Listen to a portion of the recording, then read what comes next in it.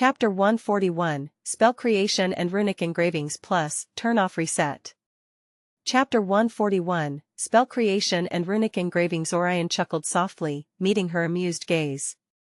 I have only been gone for 2 days, not 2 months. And I'm quite interested in this topic. After all, it's the natural next step after forming my affinity rune. Arya grinned playfully, eyes twinkling mischievously. Oh? Planning to craft some legendary spell and astonish everyone? Was the previous display of powers not enough? Orion raised an eyebrow, smirking faintly. Isn't that my job around here?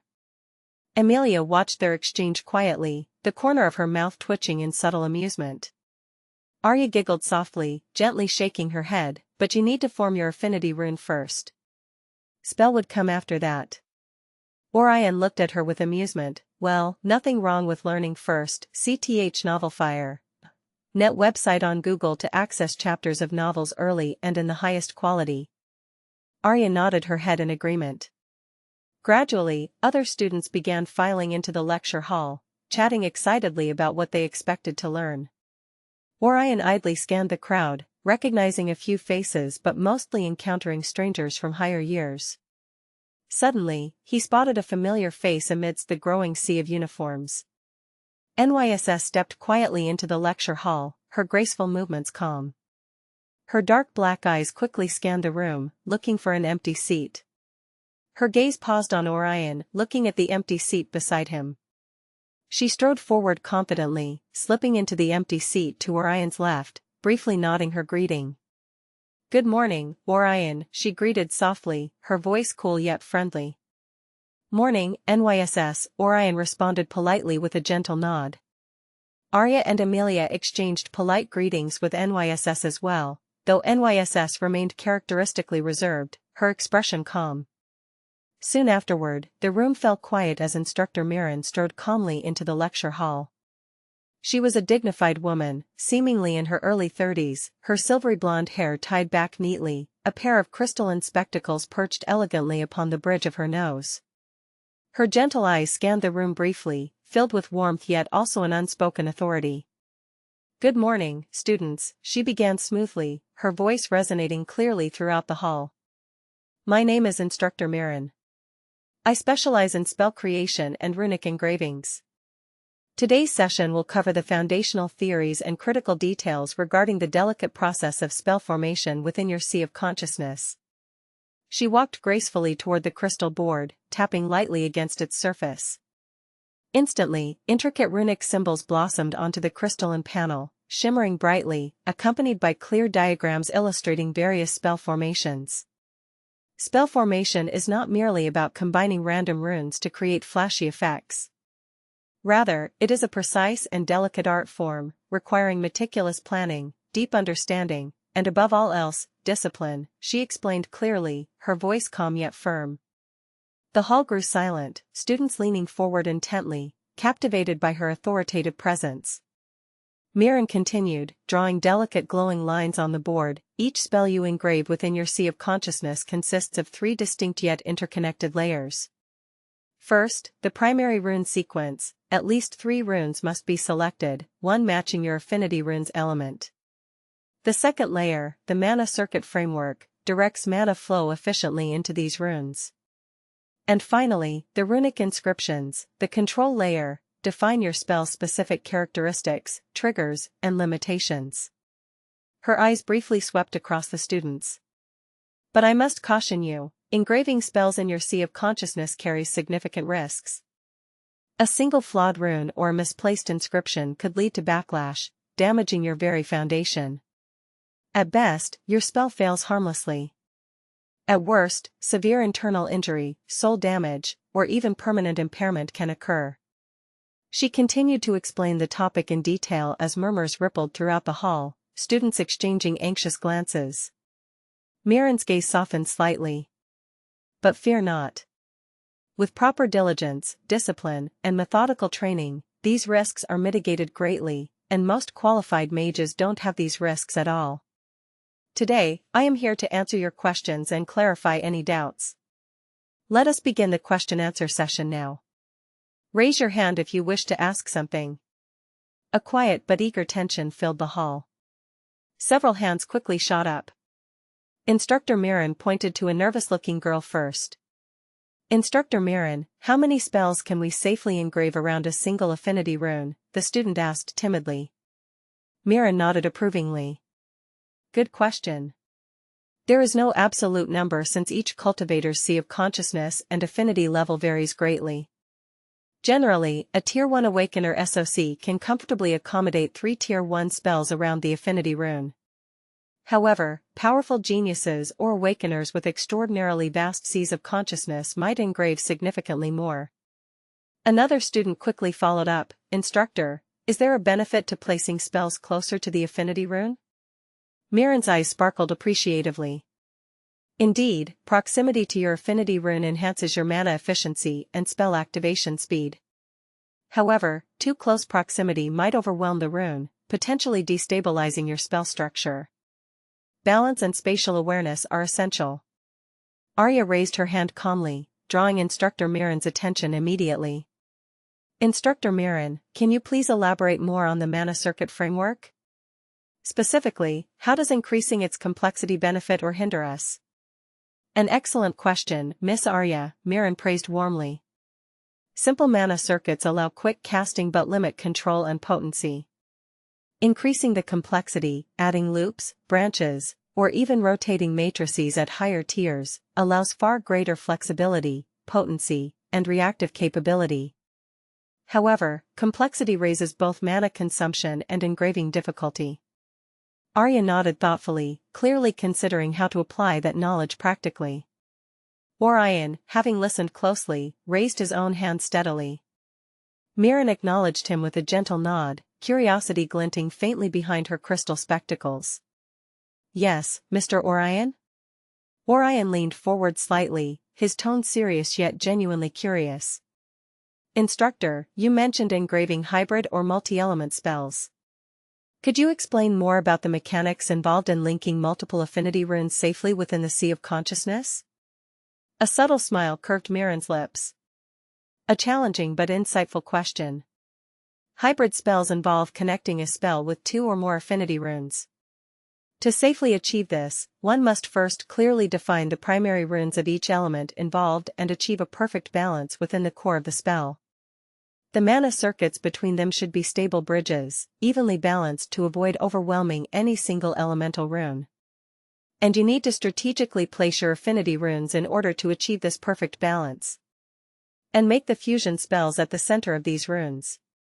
For beginners, this is risky, but skilled awakeners can construct stable hybrid spells by engraving carefully controlled inscription layers and meticulously designed circuit matrices. It requires high proficiency, keen mana sense, deep elemental understanding, and very good spatial awareness. Orion nodded gratefully, absorbing her words deeply. The session continued, students asking diverse questions ranging from inscription syntax errors to environmental conditions influencing spells. Mirren patiently answered each query, her explanations clear, concise, and deeply insightful. Eventually, the questions slowed down, and Instructor Mirren gracefully concluded the lecture, her gentle gaze sweeping across the students warmly. Your curiosity and engagement today greatly impress me. Spell creation is challenging but profoundly rewarding. Remember, careful preparation, precise engraving, and unwavering patience will carry you far. Continue practicing diligently, and your mastery over your affinity rune spells will become unmatched. If you have any questions, then I will hold my class at the same time tomorrow. The lecture hall filled with appreciative murmurs, students beginning to rise and discuss animatedly. Arya leaned toward Orion with a smile, eyes sparkling with excitement. She's quite impressive, isn't she? Indeed, Orion agreed sincerely, his mind already buzzing with possibilities and new insights. Emilia quietly stood, her expression thoughtful yet composed, clearly pondering deeply upon what she'd learned today. NYSS nodded softly toward Orion, quietly saying, "Your question was very insightful. Hybrid spells are no small feat, it would take a very long time for an average person to master them." Orion raised an eyebrow, clearly surprised at how many words she said at once, yet he calmly replied, "But we aren't normal people. All of us have multiple affinity. NYSS nodded her head without saying anything and stood up to leave. Orion and his group began heading out of the class as well. Arya apologetically said, "Sorry, Brother Orion. I will have to leave early today as well. I have some work back at home." Orion shook his head, "No worries, I have some work to do as well here." Arya tilted her head, "Here?" "Yes, I wanted to see if I can get the others to join the club," he said. She giggled hearing it, "The club which doesn't even have a name?"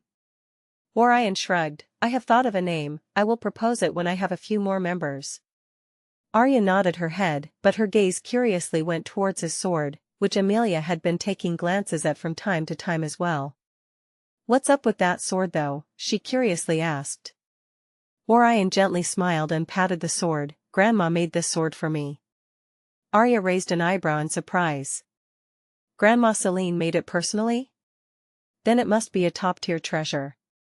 He softly chuckled, "She only made a tier 7 sword so I can upgrade it later myself."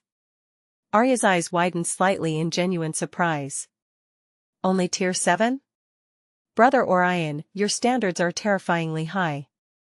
Do you realize how many nobles would kill to have just a tier 6 personally forged by a top-tier runesmith like Lady Celine?" Orion chuckled softly, a slight smirk forming on his lips. "Well, only the low-ranking nobles would do that. I doubt it's anything special for the higher-ranking ones." Arya shook her head, "You underestimate the value of a treasure forged by a top runesmith like her, Brother Orion. The top nobles would also bid for it just to study the mana circuits and rune inscriptions of it." Orion rubbed his chin, "That's a nice way to put it. Besides, she specifically designed it so that I could upgrade it as my understanding of runes deepens." Arya speechlessly looked at him, "Honestly, she spoils you too much." Search *the novelfire.nt website on Google to access chapters of novels early and in the highest quality. Amelia quietly nodded beside her, eyes faintly glinting with curiosity. Orion caught her subtle gaze again drifting to the sword's metallic hilt. Smiling inwardly, he mentally noted her interest. "Maybe so," Orion conceded lightly. "But Grandma always insists that a good weapon is essential. Who am I to argue?" Arya chuckled softly and brushed a strand of her hair behind her ear. "Well, I won't delay you further. Good luck recruiting club members. I'll see you tomorrow." Orion nodded warmly. "Thanks, Arya. See you both tomorrow."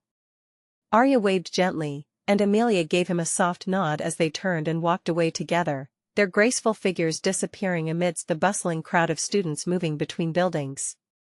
Orion exhaled softly, feeling a brief moment of quiet before Lumi's cheerful voice bubbled in his mind again. "Well, Master, time for recruitment. So, who's your target today?" He rubbed his chin thoughtfully, eyes drifting across the lively academy grounds. I was thinking of Elias. He's ranked 6th in our year, and having someone like him, who has an advanced affinity, would be quite helpful.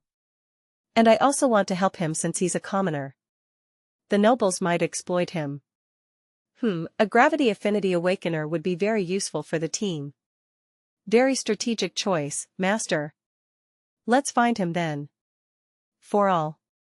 Orion chuckled to himself at Lumi's enthusiasm and began to stroll purposefully toward the training grounds.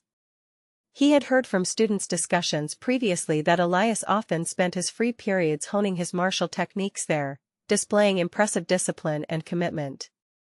He has yet to form his gravity affinity rune as he hadn't come in contact with the primary runes or the relevant knowledge before joining the academy.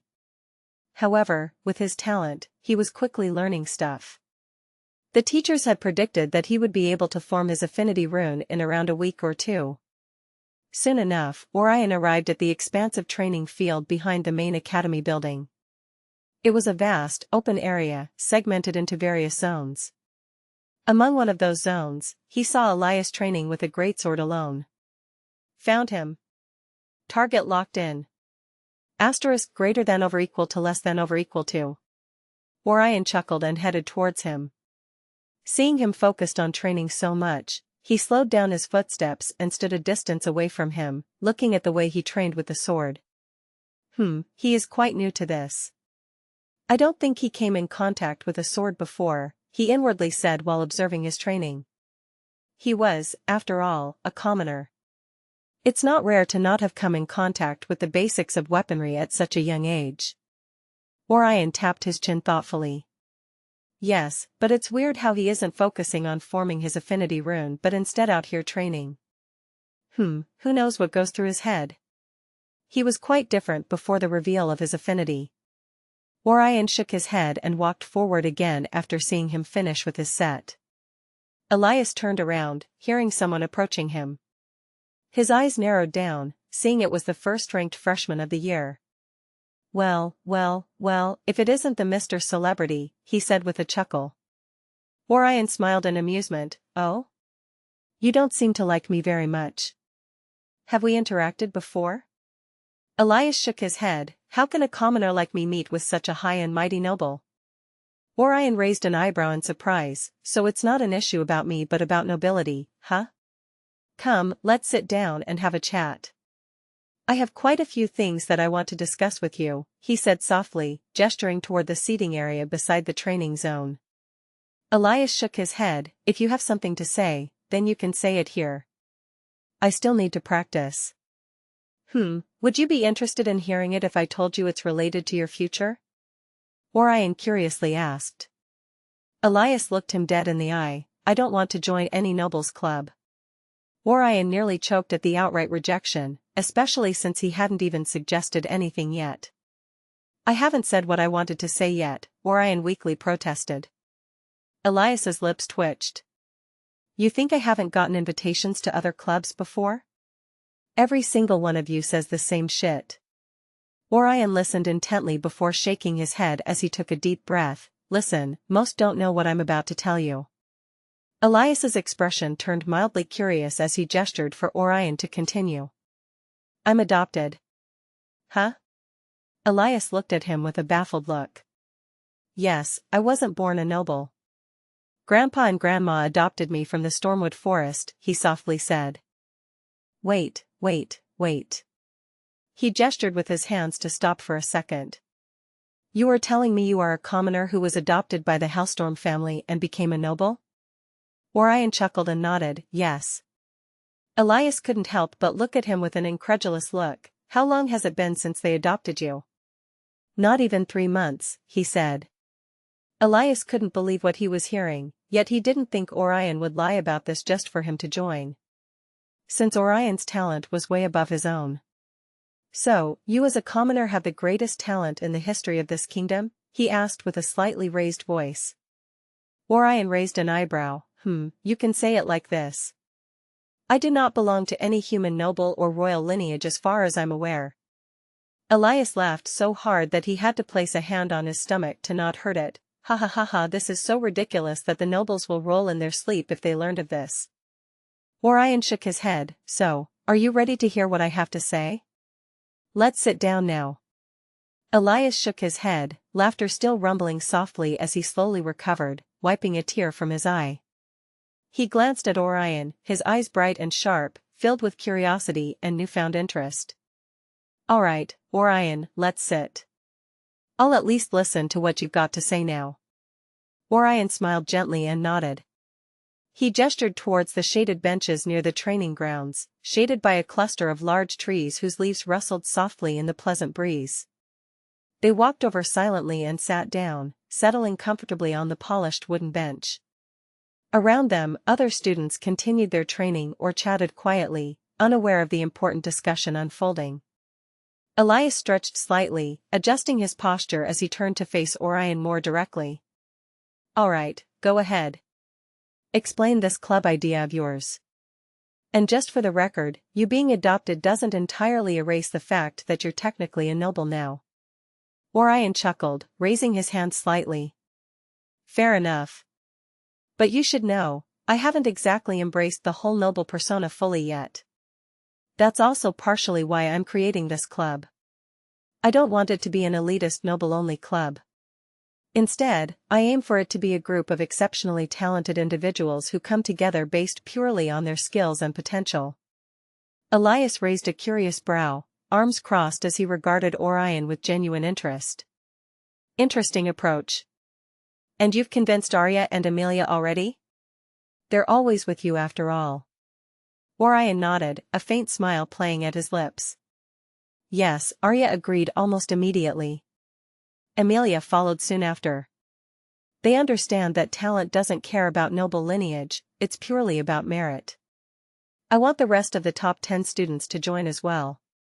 You're the first I approached after them, actually. Didn't she join because she was bored? And Amelia joined because Arya joined. And noble kids have better talent due to their ancestors who reached high enough level. Underscore. Minor details, ignore them. I'll just say what he wants to hear for now. Elias's eyes widened slightly in genuine surprise, clearly impressed. You're really serious, aren't you? A club with the Academy's top 10 freshmen would be a powerhouse, that is, if you can gather us all. But after you gather us, what exactly is your plan? You won't just have us sitting around doing typical club activities like tea parties or pointless meetings, right? Orion laughed lightly, shaking his head. Absolutely not. The entire reason for this club's existence is for us to gain practical experience and grow rapidly. We'll explore places others might overlook or fear, ancient ruins, mysterious dungeons, treasure grounds, forgotten temples, places brimming with untold secrets, resources, and opportunities. I want every member of this club to gain strength rapidly and forge themselves into unparalleled experts. Elias's eyes sparkled with genuine interest, the idea clearly resonating deeply with him. Orion could see the restrained excitement bubbling behind the calm, composed exterior Elias usually wore. Elias rubbed his chin thoughtfully, clearly mulling over the implications. That's ambitious, dangerous even, but exactly my style after my awakening. Still, if you're serious about this, tell me, will there be leadership roles or hierarchies? Do you intend to be the sole decision-maker? Orion shook his head immediately, a calm evident in his eyes. I'm not interested in being a dictator. Obviously, as the founder, I'll make certain core decisions initially, but I value talent, skills, and insights. I fully intend this group to be democratic in key decisions. Everyone's input will matter. Arya, Amelia, you, and anyone else who joins will have equal say. No one will be suppressed or dismissed. Elias exhaled softly, visibly relaxing as his shoulders loosened, a relieved smile forming. I won't lie, Orion, that's exactly what I needed to hear. Every noble who approached me before saw me either as a trophy or a pawn, someone useful to boost their status. You're the first person who's offered me genuine respect and opportunity without hidden motives. That means something. Orion smiled warmly, sincerity clear in his voice. Talent should never be exploited or underestimated. You've got incredible potential with your gravity affinity, I won't see that wasted or manipulated. So, what do you say? Want to join? Elias chuckled softly, shaking his head lightly as he extended his hand. All right, Orion. You've convinced me. I'm in. Count me as a part of your club. Orion's grin widened as he firmly shook Elias's hand. Welcome aboard, Elias. I have a feeling you won't regret this decision. Search *theovelfire.net website on Google to access chapters of novels early and in the highest quality. Elias smirked, eyes twinkling competitively. You better believe I won't. But now that you've got me, who's next on your recruitment list? Orion leaned back slightly, eyes briefly gazing into the distance as he mentally reviewed his plan. NYSS. Her good elemental affinity and calm demeanor would be perfectly suitable for our tea. He mischievously smiled and interrupted him, just say you want a hot baddie to join the group, we both are men here. Orion nearly choked on his saliva, ahem, cough, not because of that. Don't treat me like some low-level scum who thinks with his dick. She is from the Duke household with one of the best talents in this academy. It could prove quite hard to get her on board. Elias chuckled again, nodding approvingly. Her? Are you sure? But well, since you've decided already then you must already know what's for the best. Good luck with her, she's even harder to read than you are. Orion laughed softly, rising to his feet. I'll manage somehow. Thanks, Elias, I'll update you once I've gathered everyone. Elias waved him off casually. No rush, Orion. Just let me know when we start hunting treasures. I can't wait. First form your affinity rune, otherwise you won't even be able to handle the traps there. Elias chuckled, don't worry, it won't take me long for that. With that settled, Orion nodded his head and turned away, his steps firm and confident as he left the training grounds, leaving Elias behind, who left to join the classes on affinity rune formation theory. Congratulations, Master. Another talented member acquired. Thanks, Lumi. But now, it's time to find NYSS. He aimlessly walked back towards the main building.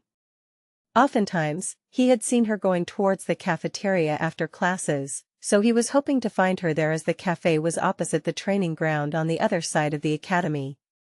It wasn't long before he reached the cafeteria, a place filled with the chaos of students chatting and going on their way on the stone-paved pathways.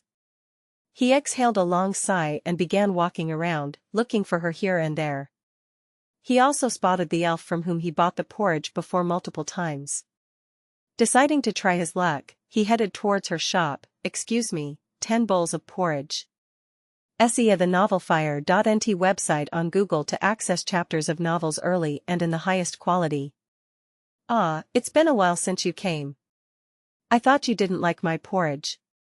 The elven woman turned around and charmingly smiled. Orion chuckled, how can that be? It's one of the most delicious porridges I have eaten. Can you please pack 10 bowls of it? Looks like you really liked it, huh? Sure, give me a minute. She said before heading back to prepare the porridge. He looked around before calmly asking, have you seen NYSS Blackwell around? I want to have a chat with her about some work, but can't find her for some reason. Oh? You're asking about the death flower? She let out a soft chuckle. She's usually at the Cafe 3 shops down from here. Orion's eyes lit up as he nodded his head, thanks for answering, but what's the deal with Deathflower? She isn't that bad. The elven woman couldn't help but lightly laugh, who knows? All I've heard are rumors that misfortune befalls those who get close to her. You can verify its truth and tell me. Orion's lips twitched, why didn't Arya tell me anything about this? Maybe she thought you already knew, seeing how confidently you approached her. Is this what NYSS meant when she said, you don't fear sitting beside me? I should have a good chat with Arya about this. Hee, don't let mere rumors deflect you from your goal, Master. We must ask her hand in marriage. Orion speechlessly stared at the system prompt floating in front of him. The goal was to ask her to join the club, not to ask for her hand in marriage. Potato, potato, it's the same, Master. Greater than over equal to less than over equal to. Here is your order of 10 bowls of porridge. That would be 1,000 common grade mana crystals or 9 high grade mana crystals. She smiled brightly and placed 10 bowls in front of him. Orion's lips twitched, it's quite a lucrative business, huh? Are you in need of a helper? The elven woman placed a hand on her lips and softly laughed, haha, that's a nice joke. But I don't think this job is suited for someone of your stature. Orion shook his head and took out 9 out of the 100 high-grade mana crystals that he had. Well, I will go and look for her now. Saying that, he placed the mana crystals on the counter and went his way. After walking down a few shops, as expected, he soon spotted NYSS. She sat at a table at the front of the cafe, sipping coffee. Everyone around her kept a distance from her as she calmly sat there. Orion approached quietly and softly asked, is this chair empty? NYSS raised her eyes to see Orion pointing at the chair in front of her. She shook her head, no, it's empty. Then, do you mind having my company? I have something I want to discuss with you. He asked with a smile while already sitting down. NYSS looked at him for a second and nodded her head. What is it? Orion looked around and asked in a soft voice, have you joined any club yet? NYSS's lips slightly curled up into a smile. No, no one invited me yet. Orion's lips twitched. Are the rumors so strong? Not even the noble clans dared to approach her? He shook his head. Then I'll get straight to the point. NYSS, I'm forming a club. Arya, Amelia, and now Elias have joined. I'm inviting the top-ranking students from my year to form this club, and I wanted you to join us too. NYSS's eyes flashed with slight surprise. You made a club, huh? What's its purpose? Orion smiled lightly, his voice filled with excitement. Exploration and growth. Together, we'll explore places filled with secrets and treasures, ancient ruins, mysterious grounds, and dangerous dungeons. Everyone in the club will rapidly increase their strength through real experiences, and not be just paper tigers. NYSS tilted her head thoughtfully, clearly intrigued. And you truly think a club of only the Academy's top students can work harmoniously? Orion met her eyes calmly, sincerity clear in his voice. Yes. I value every member's opinion equally. Our strength lies precisely in our diversity and cooperation. NYSS's eyes softened slightly as she looked away, lost briefly in contemplation. Eventually, she met Orion's gaze again, quiet determination filling her usually reserved eyes. All right, Orion. Count me in. Orion's lips curled up into a smile. That's good. Now we have 5 members. What's the club name? NYSS asked with mild curiosity. He softly laughed. We will discuss it once I gather the others. Her lips slightly twitched. You haven't decided yet? Orion stood up while laughing. Haha, I will decide in the meantime. NYSS shook her head and continued to calmly sip her coffee. I will head back home today.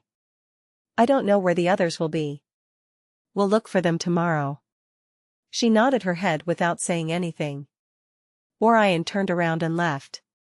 Orion leisurely strolled back across the academy grounds, his mind humming with quiet satisfaction after successfully recruiting NYSS into his fledgling club.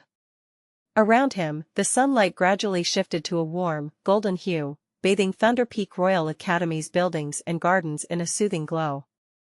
Students moved around in small groups, their cheerful conversations and playful banter echoing gently across the paved walkways. Master, you're building quite an impressive club. At this rate, it won't be long before everyone is knocking at your door to join.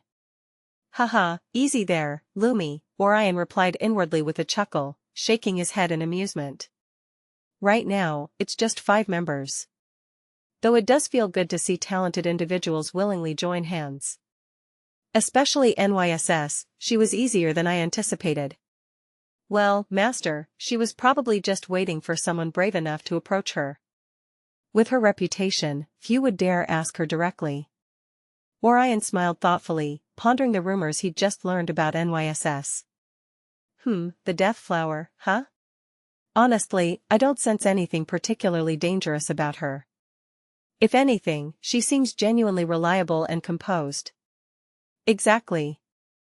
Rumors are often exaggerated. Plus, danger or not, you're fearless. Nothing can stop my amazing master. Asterisk? Orion shook his head softly, warmth filling his chest as he continued down the path toward the academy's front gate. Thanks, Lumi. Your enthusiasm is infectious. Hee, always at your service. Soon, the tall, elegantly crafted gates came into view, their silvery runes faintly glowing in the late afternoon sun. The obsidian carriage awaited him just beyond, its polished surface gleaming brilliantly. Lucan leaned casually against it, idly tossing a small pebble in his palm, while Edgar stood nearby, calmly conversing with him. Seeing Orion approach, Lucan straightened up and waved cheerfully. Yo, young master. Done for today? Orion smiled back warmly, his footsteps quickening slightly. Yeah. Let's head back home. Edgar turned around, offering a respectful nod and gentle smile. Good to see you, young master. Was your day fruitful? Quite, Orion replied, climbing into the carriage with ease. I've managed to recruit 2 new members into the club, Elias and NYSS Blackwell. Lucan's eyes widened in astonishment as he jumped up onto the driver's seat. Wait, you actually got NYSS to join your club?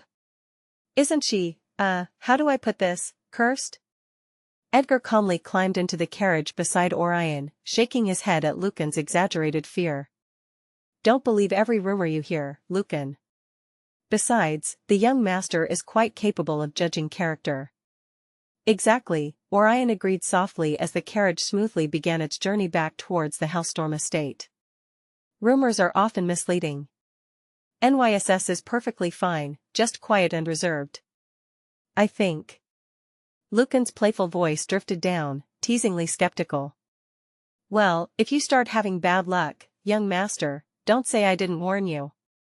Orion chuckled lightly, leaning back comfortably against the plush velvet seat as the carriage rattled gently along the stone-paved streets. The soft clopping of horseshoes echoed rhythmically, blending harmoniously with the distant sounds of the bustling city outside. Maybe Lucan is scared NYSS will steal your attention away from him. Carrot carrot. Orion nearly laughed out loud at Lumi's playful jab. Well, he is quite the character, but I don't think he'll need to worry about that. They continued their quiet banter until the carriage finally rolled to a halt in front of the Hellstorm family mansion, its imposing pathway illuminated warmly by lanterns lining the driveway. Edgar stepped out first, holding the carriage door open politely. Young master, would you like to continue your sword practice today? Yes, absolutely, Orion replied enthusiastically, stepping out of the carriage. The familiar sight of his home filled him with gentle relief. Let's head to the training room. Edgar nodded approvingly, quietly pleased by Orion's consistent dedication. Together, they walked briskly through the familiar halls of the mansion, heading straight toward the spacious training hall nestled deep within the estate. Upon entering, Orion immediately drew Realm Guardian, the obsidian blade gleaming darkly under the mana-infused lanterns.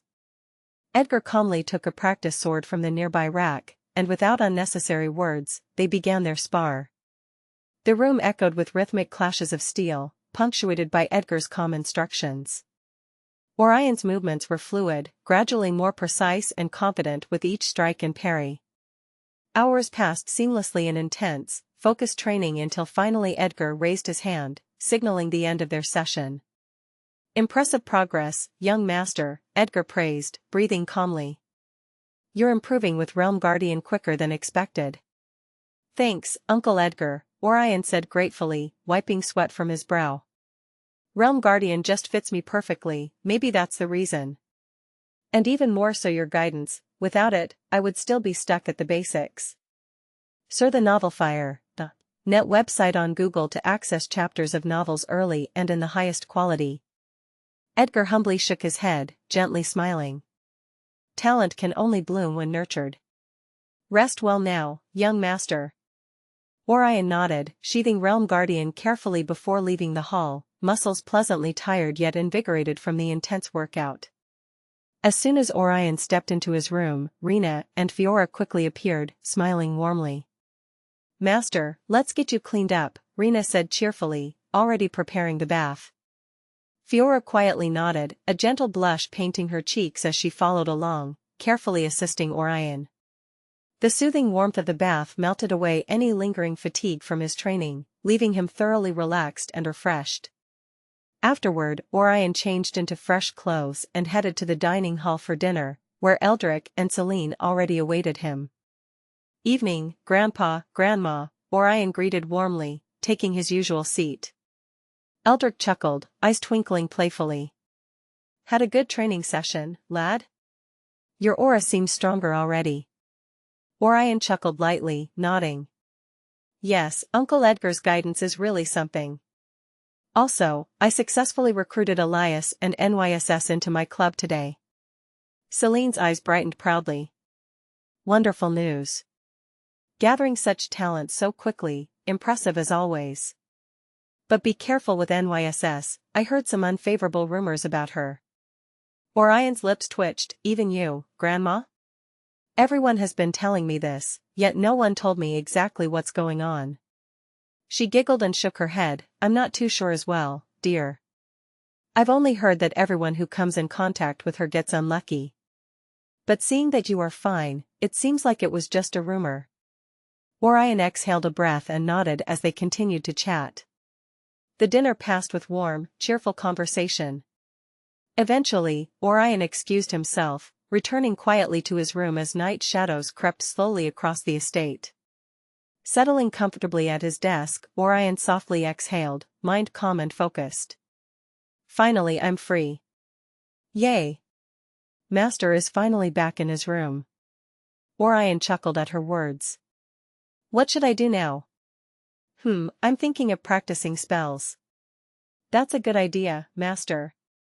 You already have some spellbooks. He nodded his head and gently retrieved the Fire Apprentice spellbook from his inventory. His fingers gently traced the ornate cover of the Fire Apprentice spellbook, appreciating the detailed golden runes shimmering faintly beneath his touch. He took a deep breath, savoring the quiet serenity that enveloped his room, the silence occasionally punctuated by the gentle rustling of leaves outside the window as he carefully opened the book. The moment he flipped the cover, Orion was greeted by elegant, flowing script and meticulous illustrations. The ink, infused with subtle traces of fire mana, softly shimmered beneath the gentle illumination of the room's mana lanterns, creating a vivid interplay of red and gold. Orion leaned closer, eyes carefully scanning the introductory section. Fire Apprentice Spellbook, a compilation of foundational spells from Tier 1 to Tier 3, carefully curated and meticulously detailed for aspiring mages embarking upon their journey into the fire element. While the book looks really fancy, Master. I bet even the pages are enchanted. Greater than over equal to less than over equal to.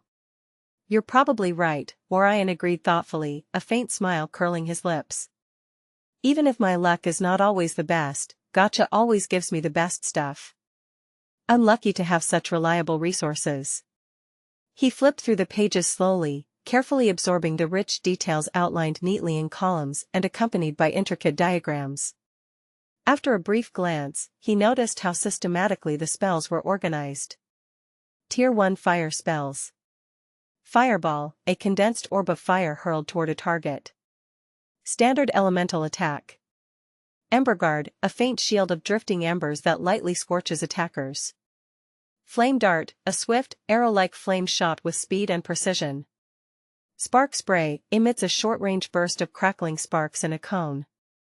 Searing Touch, coats the hand in intense heat, burning on contact. Heat Bloom, releases a soft wave of warmth that drains enemy stamina nearby. Kindle Stream, a thin, continuous stream of flame useful for sustained pressure. Whisper Flame, a near-silent trailing flame used for subtle attacks or signals. Cinder Trail, leaves burning embers behind each step, damaging pursuers. Tier 2 Fire Spells. Blast Fire Orb, a fireball that detonates on impact, causing AoE damage. Blazing Ward, summons a curved wall of fire to block or deter enemies. Inferno Slash, imbues a weapon with flame, releasing a burning arc with each strike. Combustion Pulse, a fiery shockwave from the body that knocks nearby foes back. Wave Flame, unleashes a rolling wave of fire along the ground. Sunray Shot, a concentrated beam of searing heat aimed with precision. Tier 3 Fire Spells. Crimson Flare, a spiraling burst of flame that ascends in a sharp pillar. Magma Surge, erupts molten flame from beneath the ground in a focused area.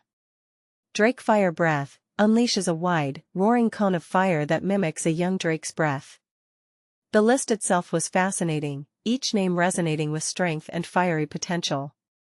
Yet, Orion's gaze quickly drifted back to the first and most basic spell, Fireball. He chuckled softly, amused by his own straightforward choice. Starting at the basics, I guess. But it feels right to begin here. Master is wise. A solid foundation is the key to mastering greater things. He inwardly chuckled, reminds me of a good novel I used to read, Infinite Mana something. This was the fan-favorite skill. Well, anyway, I should first understand the fundamentals before moving on, Orion said. He flipped to the spell's dedicated page, greeted by a highly detailed illustration of Fireball. At its heart was a beautifully etched rune formation, encircled by clearly drawn mana circuits and bordered neatly by intricate runic inscriptions. Orion's gaze fell upon the elegant description written beneath it. Fireball, Tier 1, Fundamental Fire Spell. A basic offensive spell, forming a concentrated sphere of fire mana. It rapidly combusts upon contact with the target, causing a controlled burst of flames. Primary rune sequence: Fire, Ignite, Burst. Dash, Fire, Core Elemental Rune, dictates elemental property. Dash, Ignite, initiates combustion upon mana activation. Dash, Burst, controls and stabilizes explosive release. SAR the novel, Ir.nt website on Google to access chapters of novels early and in the highest quality. Mana Circuit Framework. Composed of 2 simple concentric loops and 4 corner circuits designed for rapid mana channeling and efficient burst control. Ensures rapid casting and reliable performance. Runic Inscriptions, Control Layer. Carefully inscribed around the formation in Runic language to define precise spell parameters. Range, approximately 20 meters. Explosion radius, 1.5 meters. Mana cost, minimal, suitable for repeated casting. Trigger condition, impact with physical or mana-based object. Beneath this, detailed notes emphasize the importance of accurate rune placement and precise mana flow through the circuits to ensure stable and controlled results.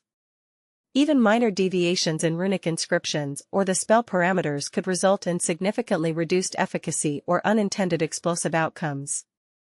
Orion exhaled quietly, impressed by the thorough explanations. They really weren't kidding when they said spell formation was precise work, he murmured softly. That's right, Master. But don't worry, I believe in you. Greater than over equal to less than over equal to. I wish I believed that much in myself, he softly joked. Anyway, from the looks of it, I won't be able to just create whatever spell I want with random primary runes. That should have been obvious, Master. Otherwise there wouldn't be spellbooks, as everyone would just make their own spells. Haha, you're right. Alright, let's get started. I'll practice drawing the burst rune first. I should be able to learn it fairly quickly. He calmly took a blank parchment, placing it neatly before him. He changed things up a bit and bought a quill instead of a brush this time. Dipping the specialized mana quill into faintly shimmering blue ink, he carefully began practicing the burst rune. After learning all the core elemental runes and some foundational runes, learning burst was quite simple. After only a few tries, he managed to create a decent rune. But to avoid mistakes, he continued practicing, and after a few more attempts, it reached the same level as his other runes. Only after that did he start replicating the rune formation onto the parchment, meticulously following each detail from the spellbook. The first attempt was slightly off, his radial circuits wavered, uneven and slightly imbalanced. The parchment softly flashed before the spell formation dissipated, signaling a failure. Orion exhaled slowly, not discouraged but thoughtful. He attempted again, this time more focused. The runes appeared neatly on the parchment, clearly defined and cleanly arranged. Yet again, a slight miscalculation in his mana flow caused the circuit to flicker unstably, dissipating shortly afterward. Not bad, but still needs refinement, Orion muttered, gently correcting his mana control and placement. You're getting closer, Master. Keep going, you've got this. Encouraged by Lumi's enthusiasm, Orion's eyes sharpened with determination. Each successive attempt grew more precise, his strokes more refined. After the 5th try, the parchment finally emitted a faint azure blue glow, indicating a stable, properly executed spell formation. Yes. Orion softly cheered, eyes sparkling proudly. Finally got it. Master, that was incredible. You're improving so quickly. Thanks, Orion said warmly, his heart filled with a sense of accomplishment. But I think I can still improve this formation.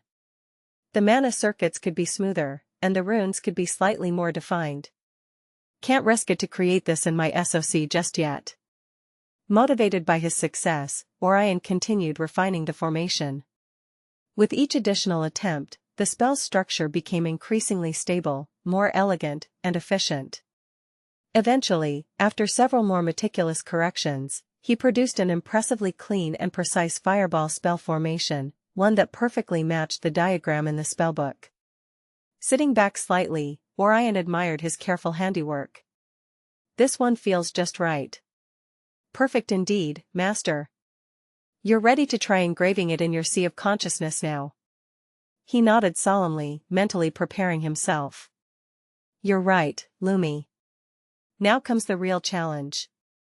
Closing his eyes, Orion's consciousness sank inward, smoothly entering his expansive sea of consciousness. His consciousness floated serenely within the boundless expanse. All around him stretched an endless, soothing azure space, calm as an undisturbed ocean under the night sky. At one of its corners lay the radiant fire elemental orb, pulsing gently like the steady heartbeat of a living flame, casting warm golden-red reflections that rippled softly through the boundless expanse. Floating serenely around this orb was Orion's freshly formed fire affinity rune, a masterpiece etched with 9 intricate primary runes: fire, flow, stabilize, amplify, ignite, control, contain, reinforce, and channel. Each rune shimmered in harmony, bathing the surroundings in waves of gentle heat and light.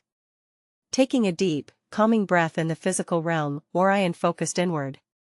His mental self hovered quietly near the affinity rune, observing the mesmerizing interplay of elemental energies.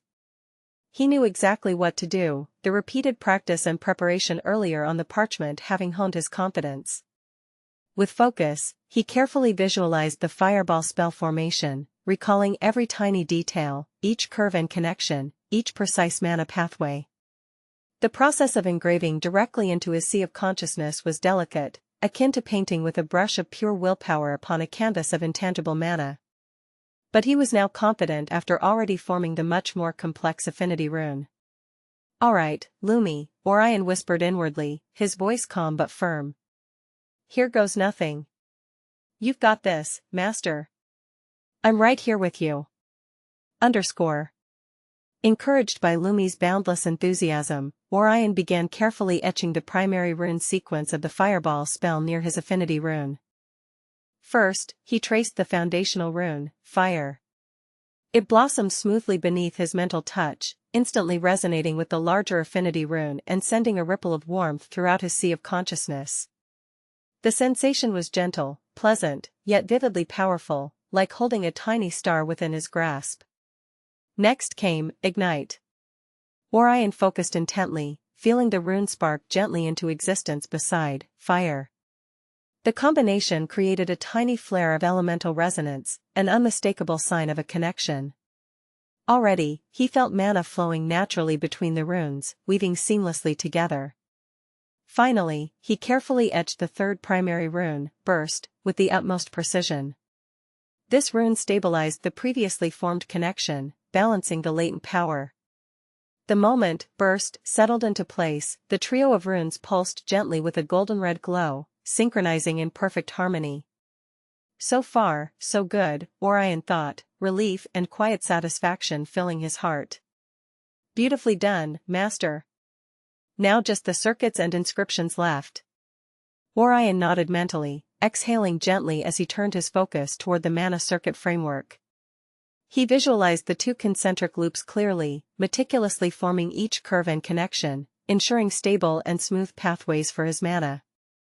Each circuit formed quietly, encircling the runes like delicate rings of molten gold. Orion felt the mana within his sea of consciousness instinctively flow through these circuits, verifying their stability and efficiency. Just as he finished forming the mana circuits, the spell changed as the runes drifted in place. The fire rune stood at the center as ignite and burst circled around it with mana circuits going around in circles among the 3 runes. The final step, the runic inscriptions, required even greater delicacy. Carefully, Orion etched precise glyphs around the formation, dictating the spell's precise parameters. Range, 20 meters. Explosion radius, 1.5 meters. Trigger, impact-based. Mana cost, minimal. He wrote down their required inscriptions to make the details finer as the inscription shimmered gently, clearly defined and aligned, reinforcing the stability and functionality of the spell formation. When Orion finally finished, a subtle pulse rippled outward from the completed spell structure, resonating harmoniously with his affinity rune. For a moment, Orion's consciousness paused, absorbing the profound sensation of completion of the spell. The fireball spell hovered gracefully, stable and harmonious, beside his affinity rune, each rune balanced perfectly. Finally, my first spell in this world. An overwhelming sense of achievement flooded him, feeling the first true step that he had taken into the complex world of spellcraft. He opened his eyes slowly, returning to the quiet room of his. A proud, satisfied smile formed on his face. I knew you could do it, Master. Your first spell, successfully formed inside your sea of consciousness. You're amazing. Greater than over equal to less than over equal to. Haha, it was nothing impressive. After that affinity rune, this is much more manageable, he said with a chuckle. But we can't diminish your talent here, Master. You learned the new rune, spell, and even engraved it in your SOC. Not only talent but also hard work is necessary for doing all this. Orion softly laughed and turned back to look at the spellbook. Should I learn more spells or sleep now? It's quite late and I'm tired as well. Sleep. You have already done more than enough for the day. You should rest now and test your spell tomorrow before trying to form new spells. cthnovelfire.net website on Google to access chapters of novels early and in the highest quality. He agreed with her and stood up before stretching his body. How many hours has it been since I was learning? He raised an eye, looking at the darkened sky outside. You spent more time inside the sea of consciousness, Master. You were so focused on your first attempt that you didn't notice it. I see. Saying that, he walked toward his bed and dropped dead on it. I was so stupid back then, trying to form the slave seal spell without any of this knowledge. Everyone makes dumb decisions, Master. Don't worry about the past mistakes since you won't make them again. Oh.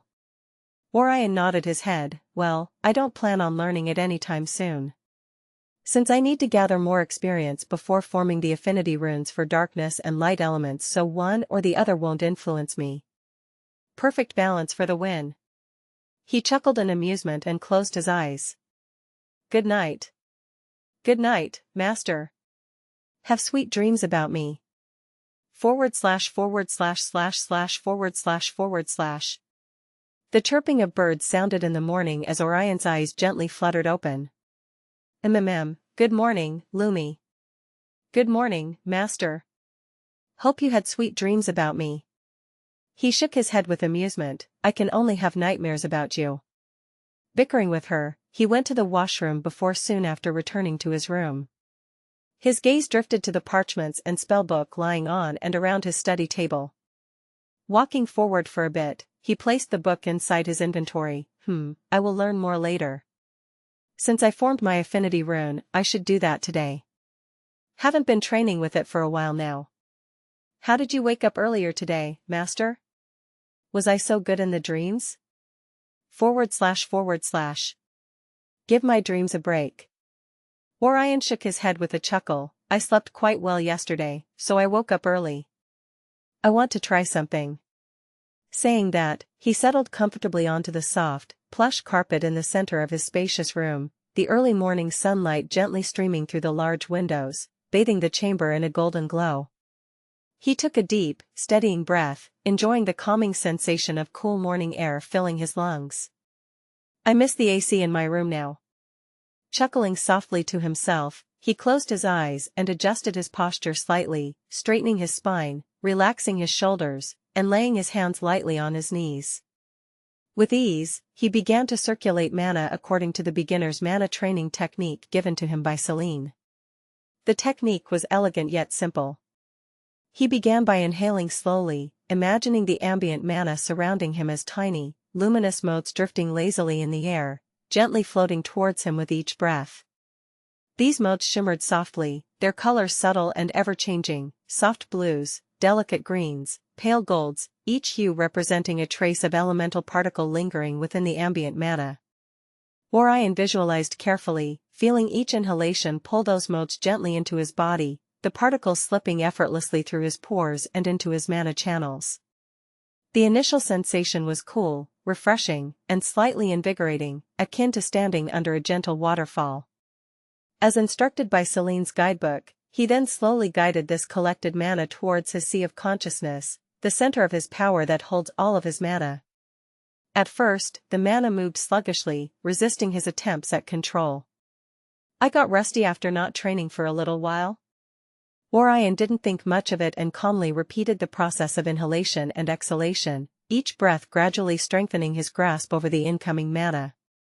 After several cycles of rhythmic breathing, the flow of mana became noticeably smoother and easier to control. The motes now moved naturally through his mana channels, which expanded and contracted gently with each heartbeat, as if in rhythm with the mana itself. In the tranquil silence, Orion could clearly sense the increasing density of the mana around inside his SOC, the particles steadily gathering and increasing the overall volume of the mana within. Each breath felt easier than the last, each mote brighter, purer, and more responsive. His concentration sharpened, awareness expanding effortlessly. Feeling confident, Orion decided to progress to the next stage of the technique, the refining process, which he had yet to do even before. He visualized the gathered mana circulating slowly in tight spirals inside his SOC, each spiral refining and condensing the mana further, filtering impurities, enhancing clarity, and deepening potency. The process felt pleasantly warm, reminiscent of basking in the gentle heat of the sun. Each loop of the spiral was methodical and precise, leaving Orion feeling lighter, yet inexplicably stronger, as if his entire being was slowly becoming clearer, purer, and more robust. His breathing remained steady, synchronized precisely with the gentle rotations of refined mana. Within the clarity of his consciousness, Orion marveled at the meticulous efficiency of the training method devised by his grandmother. As time passed unnoticed, Orion sank deeper into the meditative state. He was completely attuned to the flow of mana, his senses fully absorbed in the process. The boundaries between himself and the mana around him blurred slightly, leaving him feeling connected to a vast, seemingly infinite reservoir of power. The sensation was both humbling and exhilarating. He felt what vast amount of mana the world held. In comparison, his own mana was nothing but a firefly in front of the sun. Yet this also told him the untold potential he had for evolution. Throughout the process, Lumi remained uncharacteristically quiet, letting him train his SOC in peace. She observed silently, careful not to disturb his focus. After nearly 2 hours, Orion sensed that all the mana inside his sea of consciousness and mana channels had been refined to the limit, and there was no place for more left. Recognizing this signal, he gradually slowed the intake of mana, allowing the final spirals inside his SOC to settle gently, stabilizing the mana he had absorbed. The warm sensation lingered for a moment, soothing and comforting, as he carefully withdrew from the meditative state. Orion slowly opened his eyes, his vision sharp and clear, the room around him brighter and more vivid than before. He inhaled deeply, feeling refreshed, invigorated, and closer to the next level than ever. "You did amazing, Master. Your control and refinement of mana have improved significantly just from this session. Greater than over equal to less than over equal to." Orion chuckled faintly, stretching slightly to ease his limbs. "Yeah, this training method is really impressive. I managed to fill my entire SOC in just this session. I think it's also due to my affinity rune. It increased the rate at which I absorb mana. Master is now one step closer to Tier 2. Well, I need more details about Tier 2 then," he chuckled, and just as he stood up, he heard a gentle knock on the door, followed by Rena's cheerful voice outside. "Master. It's morning already. Time to wake up." Orion chuckled lightly at her bubbly tone, walking towards the door and gently opening it to reveal both Rena and Fiora standing patiently outside. Both maids widened their eyes slightly in surprise, clearly not expecting him to open the door so early in the morning. "I'm already awake," Orion said, smiling softly at their astonished expressions. "I was practicing the mana-breathing technique Grandma gave me." Rena quickly recovered, her bright smile returning immediately. "That's wonderful, Master. Lady Celine's technique truly is the best. Now, shall we prepare your bath?" Orion nodded lightly, following them towards the bathroom, where Rina and Fiora carefully prepared a relaxing, fragrant bath. The warmth of the bathwater and gentle ministrations of the two maids washed away the residual fatigue from his intense mana training, leaving Orion fully refreshed. After drying off and changing into fresh clothing, Orion headed towards Seraph's room. Knocking on the gate twice and telling her about his arrival, he waited for a moment before entering. Inside, he found her sitting at her usual spot beside the window, the gentle morning breeze rustling her soft green hair. Is she a statue? Does she just sit there always? He couldn't help but wonder, seeing that he had always found her sitting there while staring out. Ahem, here is your breakfast, Seraph. Orion calmly approached, taking out the porridge bowl and moonberries in front of her table. She slowly turned her head and stared at the food. He pulled over a chair and gently observed her. Now that you seem to be in better health, how about we increase your diet, he asked. She raised her head and looked at him in the face. Her eyes held a myriad of emotions, yet she couldn't convey a single one. Orion softly smiled, seeing the complicated look in her eyes. His voice softened. You know, there's no need to have such a high guard against me. I've already told you my motive, and as you've seen in the last few days, I've not treated you harshly nor made any outrageous demands with the slave seal on you. Her body slightly flinched at the mention of the slave seal, finally reacting to the truth that she had been sold into slavery, as if she hadn't registered it before.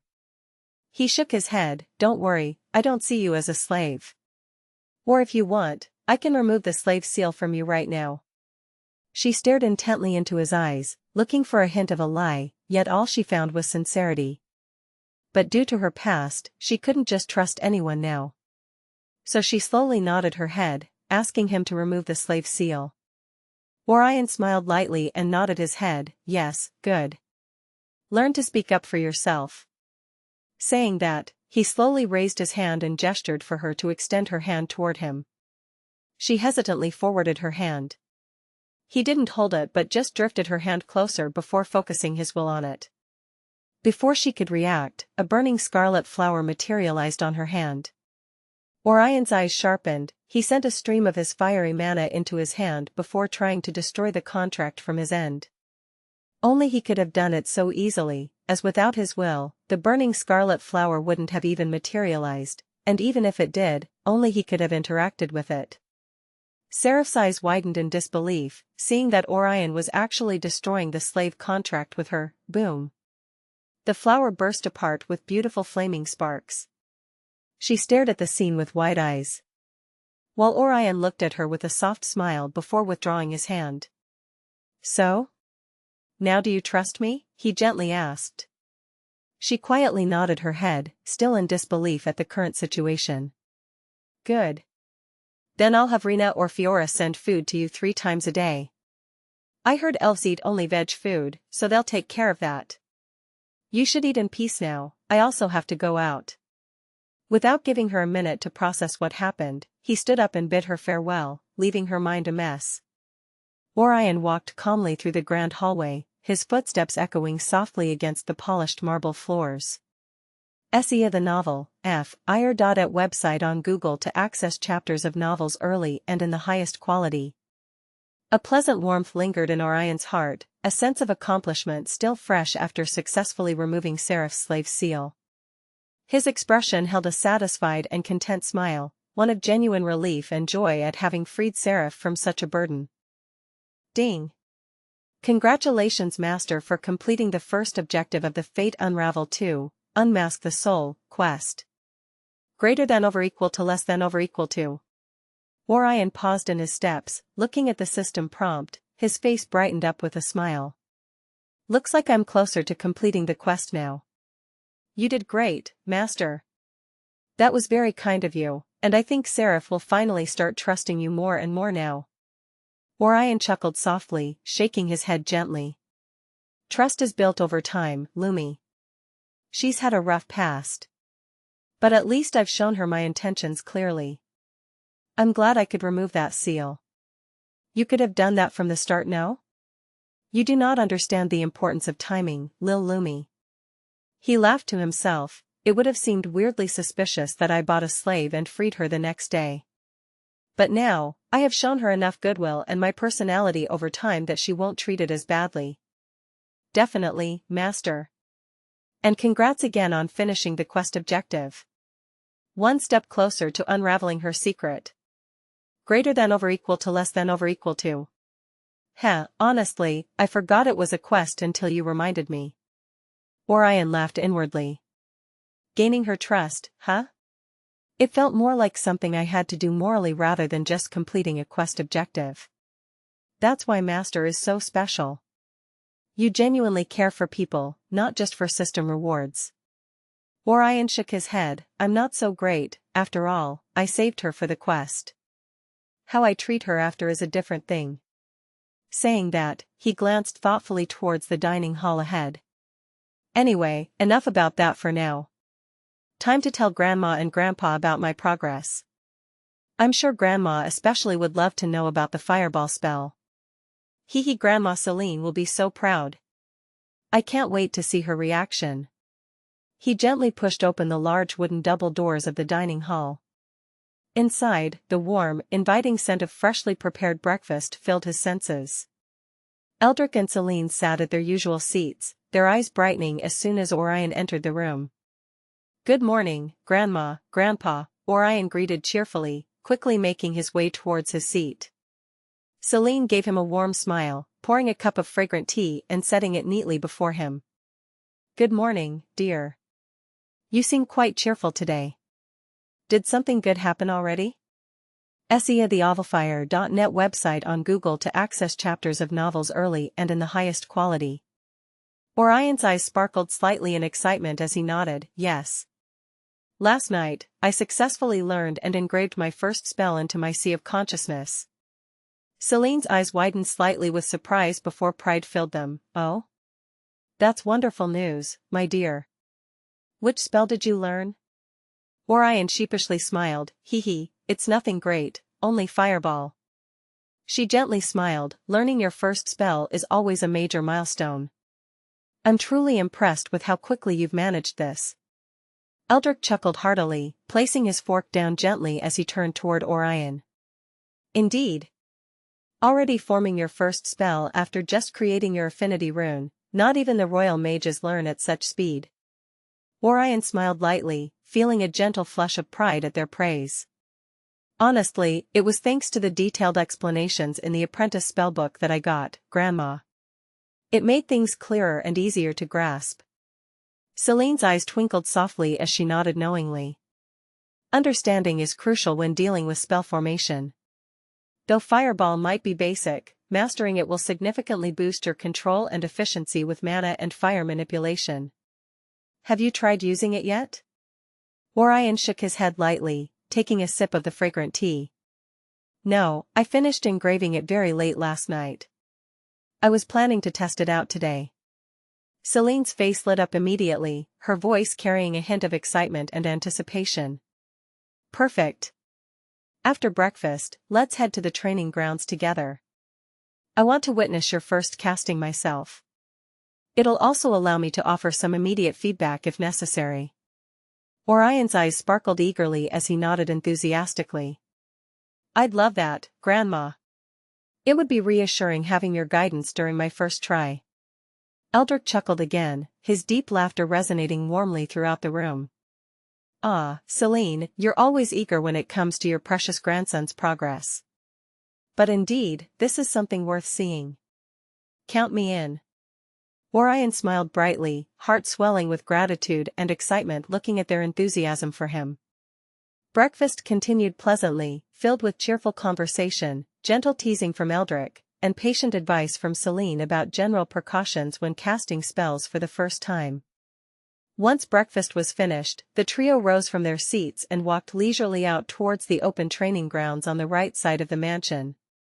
The morning air outside was crisp and refreshing, gentle sunlight illuminating the lush greenery surrounding the estate. Wide, meticulously maintained grasslands stretched out before them, bordered neatly by tall, dense hedges.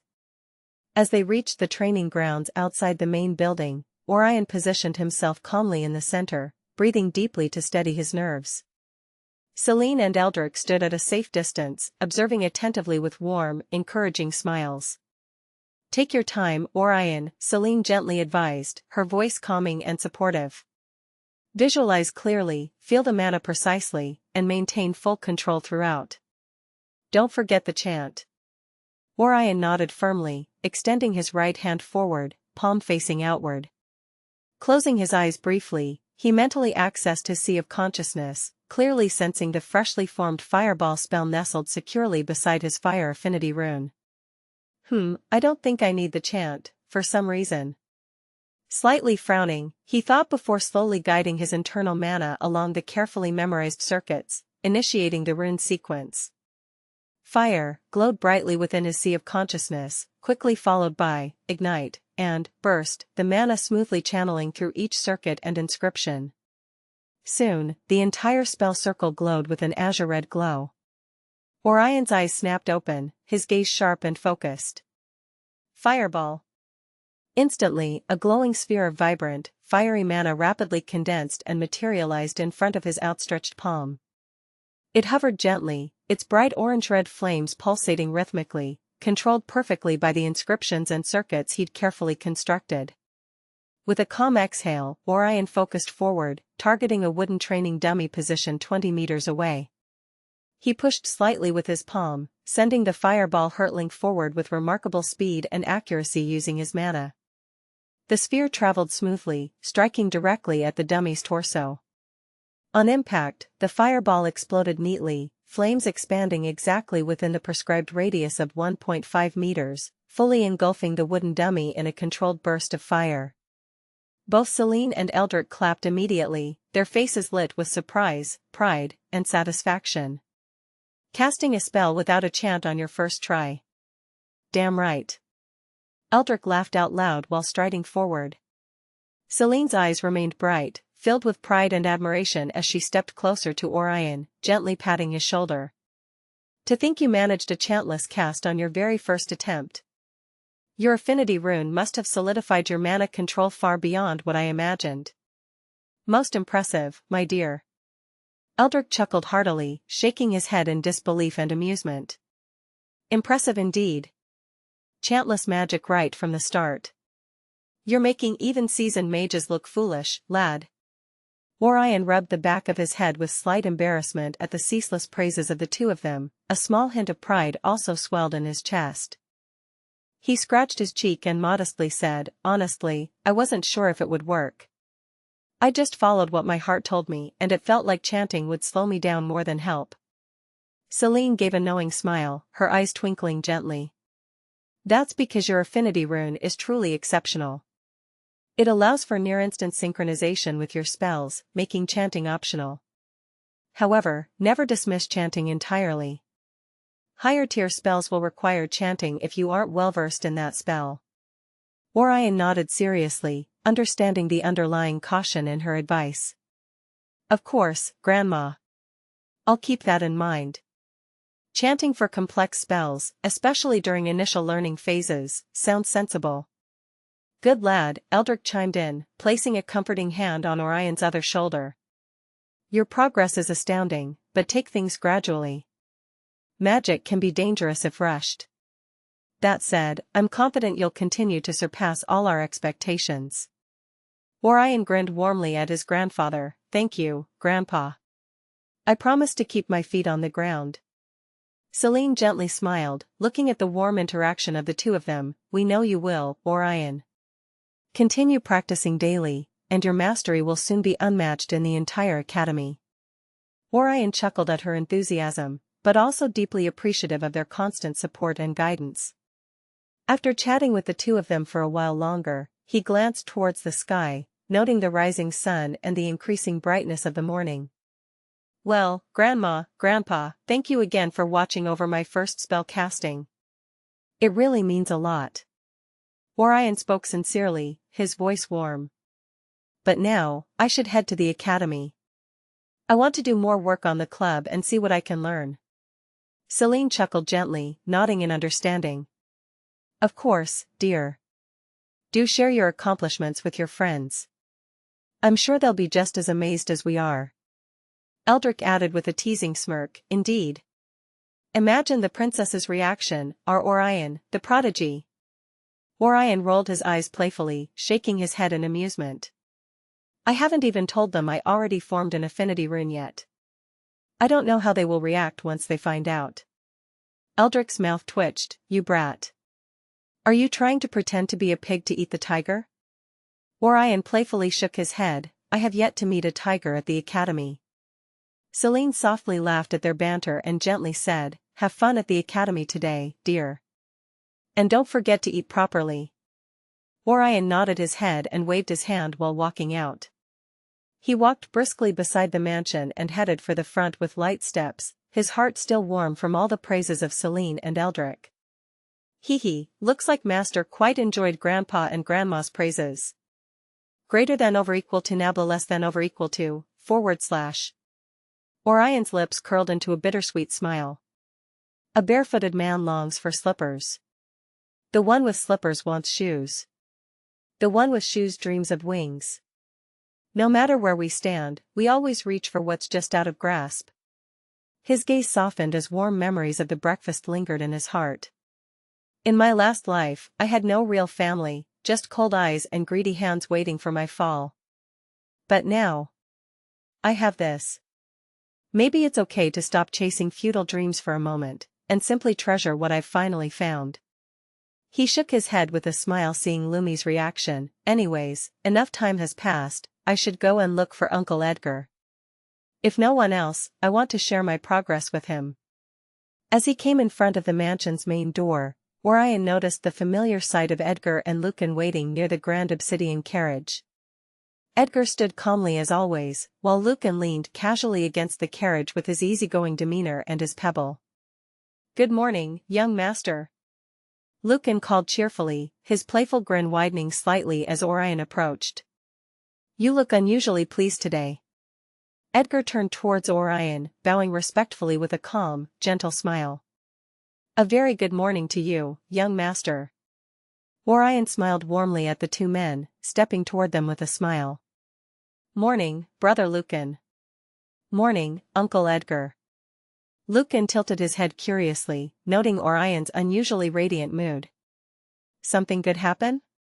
Orion grinned, nodding energetically. Yes, I successfully created my first spell yesterday, Fireball. Oh, and I was also able to execute it without chant. Lucan's eyes widened dramatically, jaw dropping slightly. Wait, chantlessly?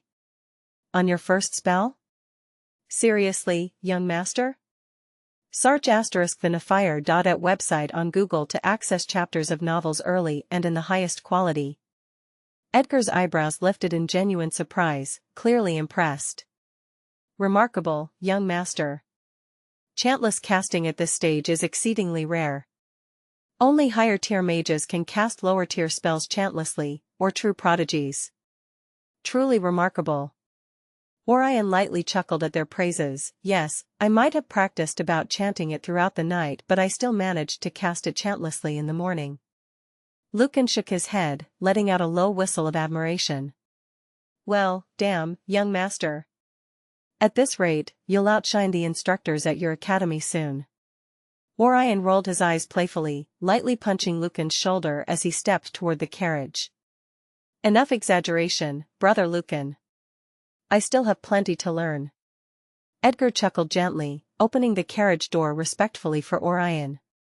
Modesty suits you, young master. Nevertheless, your progress truly is remarkable. Do continue practicing diligently. I will, Uncle Edgar, Orion replied sincerely, stepping into the carriage. Lucan hopped up to the driver's seat, still grinning as Edgar settled inside in front of Orion. The carriage gently began rolling forward, the smooth sound of horses' hooves echoing softly against the paved roads as they traveled leisurely toward the academy. Throughout the journey, Orion and Edgar continued their pleasant conversation, discussing finer details of mana control and spellcasting. Edgar provided calm, experienced insights, gently encouraging Orion while grounding his expectations. But he couldn't provide them in detail as he was a swordsman, not a mage. Soon enough, the magnificent gates of Thunder Peak Royal Academy came into view, their majestic gate shimmering gently under the morning sunlight. Lucan brought the carriage to a smooth stop some distance away from the gates, turning slightly to grin down at Orion. "Have a great day, young master. And impress your friends with your magic," Lucan teased cheerfully. Orion chuckled, nodding in response as Edgar opened the carriage door, allowing Orion to step out smoothly onto the stone pathway leading into the academy. "Thanks, Lucan, Uncle Edgar. See you both later." Orion waved lightly, smiling warmly as they returned his wave. Showing his student token at the gate, he entered inside the academy. Students were scattered across the area as usual, their cheerful conversations creating a lively atmosphere. Orion calmly strolled along the familiar path inside the academy grounds, taking a moment to breathe in the crisp, fresh air of the morning. The sun had risen higher in the sky, casting warm, golden rays over the grounds. The neatly paved walkways were alive with the bustling activity of students chatting excitedly, heading to their morning classes, or exchanging hurried greetings as they rushed to finish last-minute preparations for the day. As he walked deeper into the academy, Orion turned toward the familiar shaded bench beneath the flowering tree, exactly where he had encountered Arya and Amelia yesterday. Sure enough, as he rounded a curve in the path, he caught sight of the two girls seated comfortably, engrossed in a relaxed conversation. Arya was particularly animated, gesturing vividly as she spoke, her clear laughter floating gently on the morning breeze. Amelia listened quietly, her expression composed yet attentive, occasionally nodding and replying gently as Arya's enthusiastic chatter continued. Noticing Orion's approach, Arya turned her head, a bright smile instantly lighting up her features. "Brother Orion." "Good morning," she greeted him warmly, waving cheerfully. Amelia raised her head as well, her usually calm eyes observing him and the sword strapped to his waist calmly. She nodded toward him in greeting. "Morning, Arya, Amelia." Orion greeted back warmly, joining them beside the bench. He settled comfortably, leaning slightly against the bench as he glanced curiously between the two. "You two seem quite energetic today. Did I miss something interesting?" Arya giggled, shaking her head slightly. "Not really. Amelia was just telling me about the Thunder Elemental class we'll be attending today. Apparently, Instructor Talia, who is teaching today, is quite popular among the Thunder Affinity students." Orion raised an eyebrow in mild surprise and interest. "Instructor Talia, huh? I haven't heard much about her yet." Arya smiled knowingly, leaning forward slightly as if sharing a secret. "Well, Brother Orion, that's because you rarely ask about teachers or classes. You're always focused on attending classes and then leaving right after. Honestly, you're missing out on some really good instructors." Orion chuckled lightly, scratching his cheek. "Haha, I suppose you're right. I guess I should pay more attention to more instructors and classes." Arya playfully rolled her eyes, shaking her head gently. "At least now you know. Anyway, Amelia and I will attend Instructor Talia's Thunder Elemental Theory class today. It's called Thunder Element Fundamentals. It should be exciting." Orion nodded thoughtfully, clearly interested in the class despite not having thunder as his primary element for public view. Still, he considered attending briefly before dismissing the thought. He already knew that he could learn it from his grandfather, and attending Thunder Elemental class so early without attending other classes might raise questions. Instead, he calmly smiled, thinking of a different path. "Thunder Element Fundamentals does sound interesting, but since you two are attending that, I might head to the Wood Elemental class instead. I need to learn a second tier soon anyways and it wouldn't hurt to understand it better." Arya's eyes flashed with understanding. "Wood Elemental class, huh? It's good to understand the next element that you want to learn. Learning about the nature and other things of the said element will help you during the affinity rune forging process as well." Orion nodded his head in agreement. "Yes, and Wood Element has many supportive and versatile applications. It could be useful for our club in the future." Arya nodded softly, her expression thoughtful. Indeed, Wood Affinity is quite good for versatility and supportive skills. I read in some books before that those proficient in wood element can influence an entire battlefield, and it's decent even in healing injuries. Orion shook his head with a chuckle. Yes, but light element is always better at healing than wood. Arya laughed lightly, shaking her head. Of course it is. Well then, good luck with your wood class.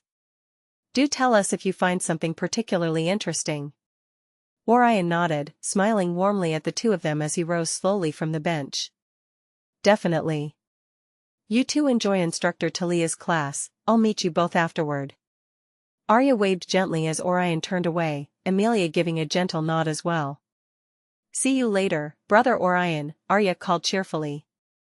Orion waved lightly over his shoulder, walking calmly after exiting the lecture hall along the path as he headed toward the designated hall for wood elemental studies.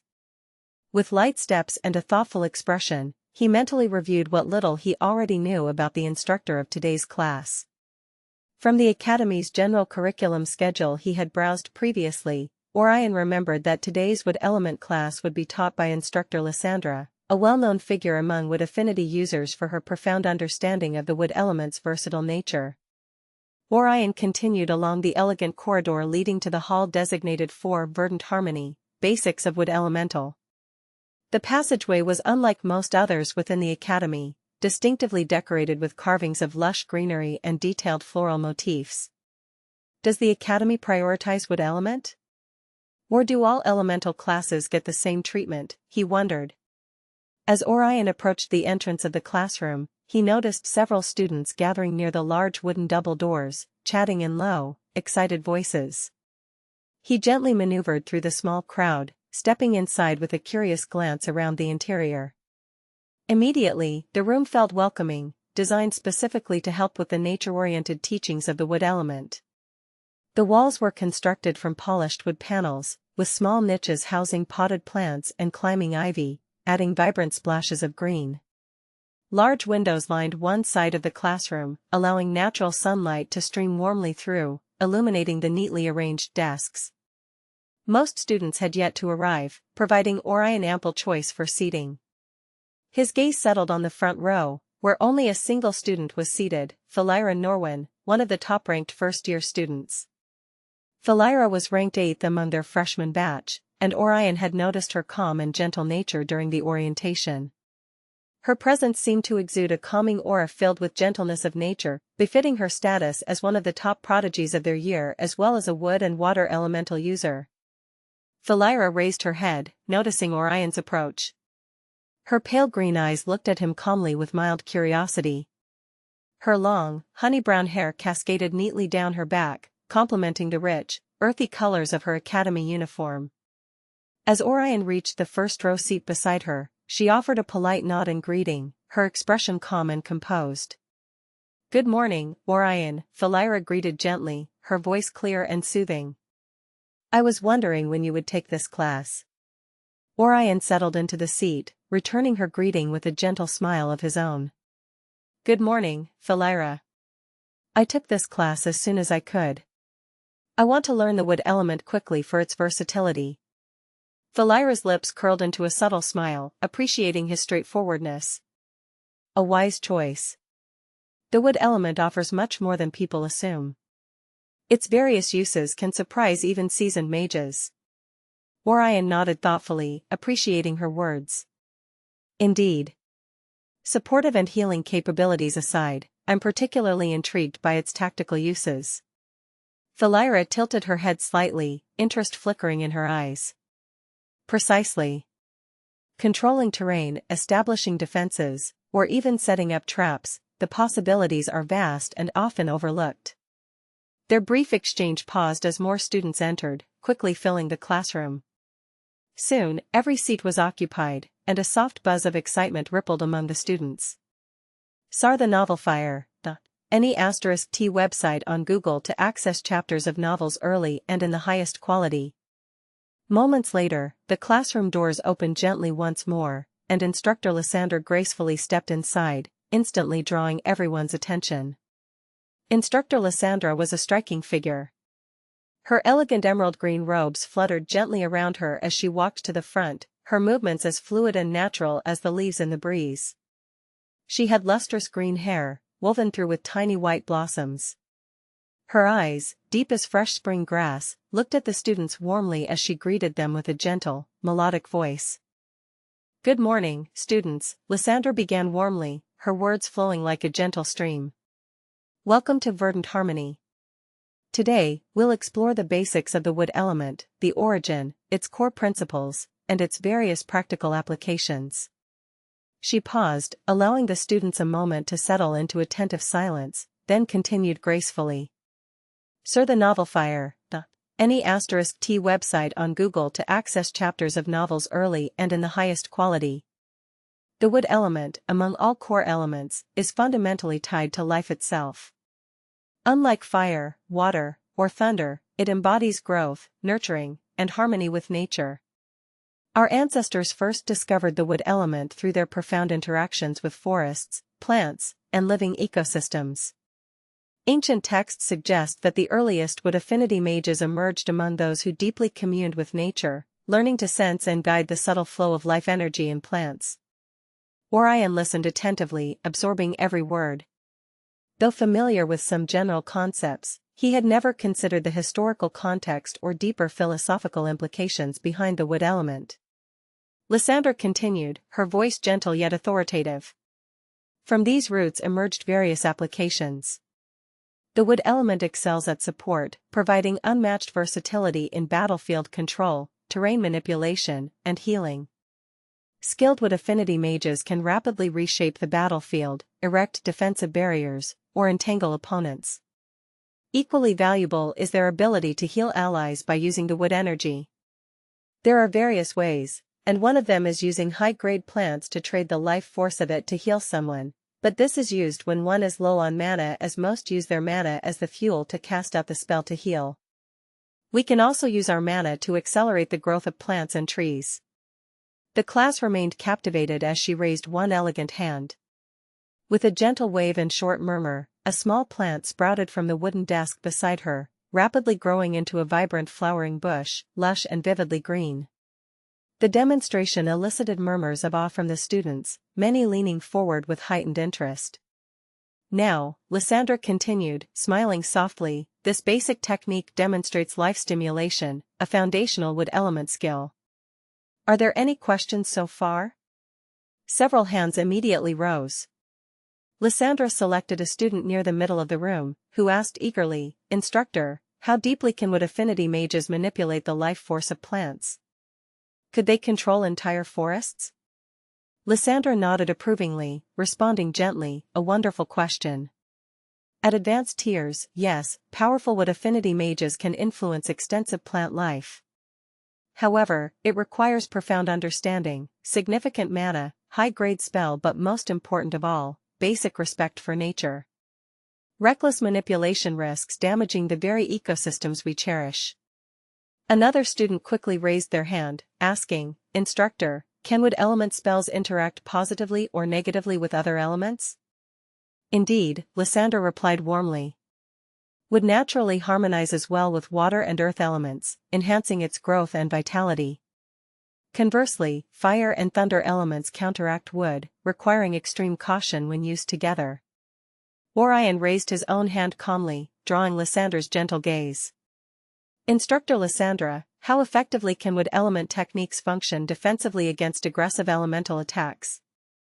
"And good question, Orion," Lysandra praised softly, clearly knowing about who Orion was. "Wood element spells, while robust, are vulnerable to elemental attacks like fire or ice. However, skilled wood affinity mages counter this by reinforcing their plants with specialized mana spells or rapidly regenerating damaged areas. Defensive spells like thorn walls or root shields, imbued with specific runes, can offer decent protection." Satisfied, Orion nodded appreciatively, understanding her detailed answer. Beside him, Felira raised her hand gracefully. Lysandra turned attentively toward her. "Yes, Felira?" "Instructor," Felira spoke calmly, her voice clear, "aside from traditional support and defensive roles, are there offensive applications where the wood element particularly excels?" Lysandra smiled warmly, evidently pleased with the thoughtful inquiry. Certainly. Though predominantly supportive, wood spells can be quite powerful offensively. Techniques such as Vine Lash, Thorn Spear, or even toxic pollen bursts can incapacitate or injure opponents effectively. The element's true strength lies in versatility, adapting offense, defense, and control seamlessly. Felira nodded respectfully, clearly satisfied with the detailed answer. As the lesson concluded, Instructor Lysander gracefully summarized the session, encouraging the students. Remember, the wood element thrives on balance, patience, and harmony. Understanding and respecting its nature will allow your growth as a wood affinity mage to flourish beautifully. With a gentle smile and elegant nod, Lysander dismissed the class. Students began chatting quietly, exchanging thoughts and impressions as they gradually exited the hall. Seeing Felira begin gathering her belongings, Orion turned toward her politely. Felira, if you have some time, may we step outside and talk for a moment? Felira paused briefly, raising her eyes to meet his calmly. A moment passed as she considered the request, then gracefully nodded her head. Of course, Orion. Together, they left the classroom, stepping into the peaceful corridor outside. Sunlight streamed warmly through windows, illuminating the carved greenery along the walls. Felira turned slightly, regarding Orion curiously. What did you want to discuss? Orion smiled calmly, maintaining an open, straightforward demeanor. I'm forming a club focused on exploration and practical experience. Currently, Arya, Amelia, Elias, and NYSS are part of it. I'm planning to recruit the most talented individuals in our batch, and that's why I decided to ask if you are interested in it or not. Felira raised an eyebrow, her expression thoughtful. An exploration club? Interesting. Though it does sound somewhat unconventional. Do you intend to explore ruins, hidden realms, or dungeons? Orion nodded seriously, his voice firm yet genuine. Exactly. I believe real growth comes through practical experience.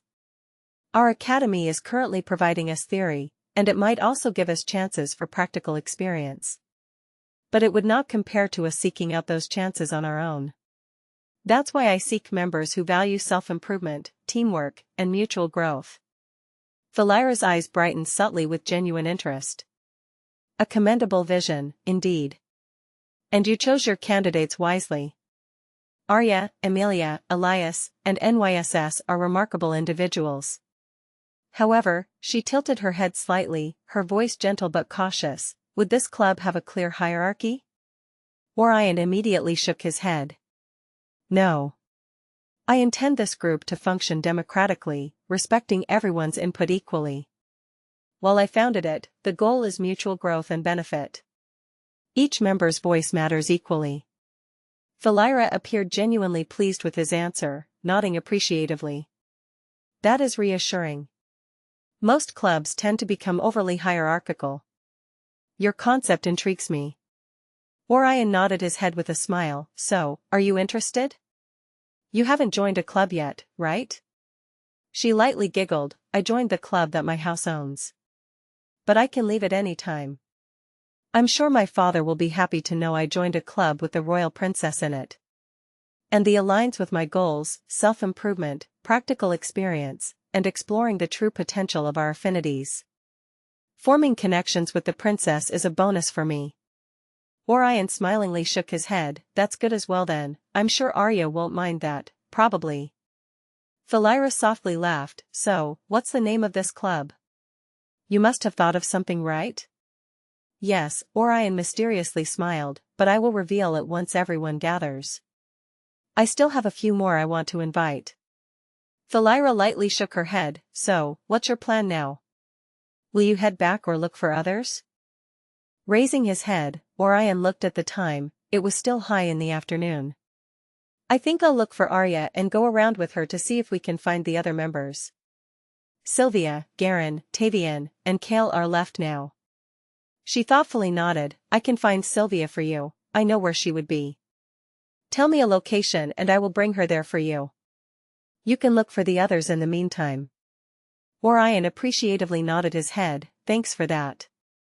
I'll be at the fountain on the west side of the academy. I should head out and look for Arya in the meantime then. After a bit more chat, the two of them parted ways. Orion leisurely made his way through the academy's open corridors, sunlight filtering warmly through the tall windows, bathing everything in a soothing golden hue.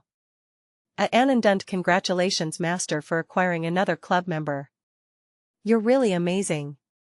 Orion chuckled gently, shaking his head with an amused expression. Lumi, you exaggerate too much. Felira was easy to convince thanks to Arya. But it does feel good knowing that capable people like her see value in the club. Of course. Master, you picked the best talents right from the start. Now everyone else will surely want to join. Oh. He smiled lightly at her enthusiasm, glancing around for any sign of Arya or Emilia. Let's hope the others see it that way as well. Especially Sylvia and Garen, since their influence can really boost the club's credibility. Lumi giggled cheerfully, hee, don't worry, Master. With you leading and Arya's prestige backing you, they'll all jump at the chance. Orion smirked slightly, amused by her confidence. I wish I shared your optimism. As he rounded a corner leading back toward the central gardens, Orion finally caught sight of Arya's distinctive golden hair shimmering brilliantly under the sun, Emilia's calm figure quietly standing beside her. Arya turned immediately upon sensing his presence, a warm smile blossoming across her face. Brother Orion. How was your wood element class? Orion closed the gap between them quickly, returning her smile. It went great. Instructor Lyssandra's knowledge is quite profound, I learned some very useful things. But more importantly, he paused dramatically, raising an eyebrow playfully, I managed to recruit another member. Arya's eyes lit up with immediate curiosity, leaning in eagerly. Oh? Who? Felira Norwin, Orion replied with a confident nod. She seemed genuinely interested in our club. She even offered to help by finding Sylvia and bringing her to us at the Westside Fountain later. Arya clapped her hands gently in delight. That's wonderful. Felira has quite the reputation among the Marquess and lower-ranking noble houses, especially when it comes to wood and water elements. She's exactly the kind of member we need. And getting Sylvia to join would be a huge bonus. Emilia nodded in agreement, she would be a good choice for being the club's healer. She would have been if there weren't two light elemental users already. TSK, they are so rare yet this kingdom managed to nurture two. You really got some good company, girl. I know, no need to remind me. Emilia softly continued, Sylvia's swordsmanship alone makes her highly valuable, not to mention her background. You might be able to learn a lot from her if you spar regularly. Orion nodded in agreement, yes. But that can wait for later. Instead of waiting for Felira and Sylvia, let's go look around for Garen first. He would boost our club's prestige to the next level. And House Harrington is the one backing him. Arya smiled cheerfully. All right, Brother Orion. Let's find him. They set off together through the busy academy grounds, passing groups of chatting students, lush gardens, and peaceful courtyards. After several tens of minutes of casual searching, Arya spotted Garen standing near a shaded grove, speaking to a group of younger students wearing the colors of House Harrington. Approaching confidently, Orion called out calmly, Garen, good afternoon. Garen turned his broad shoulders slightly, dark eyes calm and composed as he recognized Orion's group. His expression remained calm as he looked at Orion and Emilia before his expression turned slightly respectful looking at Arya, Princess, Orion, Emilia. Good afternoon. Is something the matter? Orion smiled lightly, meeting Garen's gaze. I came to invite you to join the club which I'm making. I wonder if you are interested? Garen raised an eye in surprise, I did hear something like that a few days ago. I didn't expect you to really do it. Who has joined your club so far? Orion looked at him with interest, noticing how he didn't ask for the goal of the club but instead who joined it.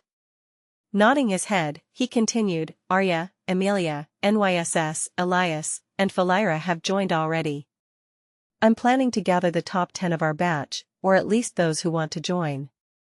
Garen nodded his head, that's impressive enough. you got more than half of the top students from the new batch. So what's the goal of your club? Just to establish your own power? Or do you want to grow a force? Nothing like that, Orion softly chuckled and gestured with his hand. I created this club because I wanted freedom and to not be tied down with other clubs. As for the main goal? That would be exploration, exploring all the different ruins, dungeons, legacy grounds, among other places. I don't want to just stay here and improve in a controlled environment. That would limit me. Sir the novel_fire. At website on Google to access chapters of novels early and in the highest quality. Garen's eyes flashed with surprise. Oh? Do you plan to explore after forming the club? Because I must say that's close to suicide if I've ever seen it. Orion chuckled, of course not. I won't go out of my way to die. We would start exploring when we have at least enough strength to protect ourselves. So, what do you say? Interested? Garen lowered his head with a thoughtful expression. After a few seconds of contemplation, he exhaled a sigh and raised his head. As much as I want to join and explore the various places with you, Orion, however, I have responsibilities as the heir of House Harrington. I'm already overseeing our family's club. I'm afraid I must decline. Orion's lips slightly twitched. Did he just ask me all that to know all the information possible? This sly bastard. However, his face held a polite smile and he nodded his head. I see. I completely understand your position, it's an important responsibility. But if you ever change your mind, the invitation remains open. Garen lightly smiled seeing his expression. He realized Orion had seen through his motives, but he didn't mind and nodded his head. Thank you for your understanding. I wish your club success. Perhaps we could cooperate in the future for something. Arya smiled lightly, gracefully nodding. We'd like that very much. Garen lightly bowed toward Arya, and after an exchange, Orion and his group walked away. Walking some distance, Arya nudged Orion playfully, grinning teasingly. Looks like even the mighty brother Orion gets rejected sometimes. Orion chuckled lightly, shaking his head. I'm happy as long as I'm not getting rejected by a girl. And it was not too bad considering the start we had. Let's move on to Tavian next. Arya chuckled at her joke and nodded her head. Tavian might be more receptive since he doesn't have a club already. But who knows, he might already be in one. They wandered through the grounds, finally spotting Tavian near one of the training yards, talking energetically with several other commoner students. Tavian, Orion called out calmly, gaining his attention. Tavian quickly straightened, looking slightly nervous yet clearly excited by Orion's presence. Orion, young Master Orion. Good morning. Tavian stammered, bowing politely. Orion chuckled softly, gesturing him to relax. Please, just Orion is fine. Actually, I came to invite you to join the club I'm forming with Arya, Emilia, Elias, NYSS, and Felira. We're aiming to explore ruins, dungeons, training locations, among other opportunities beyond just classes. Tavian's eyes widened, clearly conflicted. That sounds amazing. But I've already joined the Adventurers Guild Club. They accepted me right away, and I promised to help some of my fellow commoner friends there. Orion's lips twitched, feeling his bad day was ongoing. Haha, no worries, Tavian. Looking after your friends is commendable no matter what. But if things change later on, let me know. Tavian visibly relaxed, grateful for Orion's understanding. Thanks, Orion. It truly means a lot. I hope we can cooperate someday. As they departed, Arya playfully elbowed Orion again, giggling mischievously. Oh no, brother Orion, 2 rejections in a row. Your flawless record is tarnished. Orion sighed dramatically, feigning annoyance. Yes. I suppose even prodigies must face setbacks occasionally. Laughing cheerfully, Arya linked her arm playfully with Emilia's. Let's see if Kale will make it a streak of 3. Emilia smiled quietly, eyes twinkling subtly with amusement at their banter. They continued walking around the academy while looking for Kale. And after a while, they located Kale near one of the training grounds, chatting leisurely with several other students. Orion calmly approached him and called out, "Kale, good to see you." Kale turned around and raised an eyebrow looking at the coming group. "Orion, Princess Arya, Emilia, good to see you all as well. Do you need something from me?" Orion smiled calmly, quickly outlining the club's purpose and current members, emphasizing the already existing high-ranking nobles and growth opportunities they had. Kale listened quietly, considering carefully before finally responding. I joined my family's club already, but honestly, your club sounds far more intriguing and beneficial. Plus, having Princess Arya involved significantly boosts its reputation." Arya gracefully smiled and nodded her head. "We'd truly like to have you join our club. After all, you are one of the top geniuses of our batch." Kale nodded, clearly convinced by Arya's sincere words. "Very well, I'll withdraw from my family's club and join yours. With this lineup, it's clearly a better choice for me." Orion smiled, nodding appreciatively. "Welcome aboard, Kale. You won't be disappointed in your decision." Kale chuckled lightly. "I also hope I won't come to regret this decision." As they walked toward the designated meeting place at the west side fountain, Arya giggled softly, nudging Orion once more playfully. "Finally broke your losing streak, brother Orion." Orion laughed gently, shaking his head with mock exasperation. 2 out of 4. 50-50. Not terrible odds. Arya lightly giggled, not 2 out of 4 but 7 out of 9. That's great already since each member is equal to dozens of normal students and their influence in the kingdom is unmatched. Orion rubbed his chin in agreement. "You are right maybe. But well, still need to go and see what Sylvia's thoughts are on joining the club." Emilia's expression turned thoughtful. "Sylvia, huh? I don't think that sword maniac would be interested in joining the club. She would rather train with her sword than explore other places." "We can't be sure, Lil One. She might become interested in Orion's potential, especially since he had decided to train in the sword as well." "That's true, and since she doesn't have the same responsibilities as Garen, she might join." Emilia and her old spear continued to talk as the group of 3 approached the location swiftly. Felira stood patiently beside the fountain, smiling warmly as she saw Orion's group approach. Beside her stood Sylvia, striking scarlet hair catching the sunlight beautifully, her sharp gaze focused intently on Orion.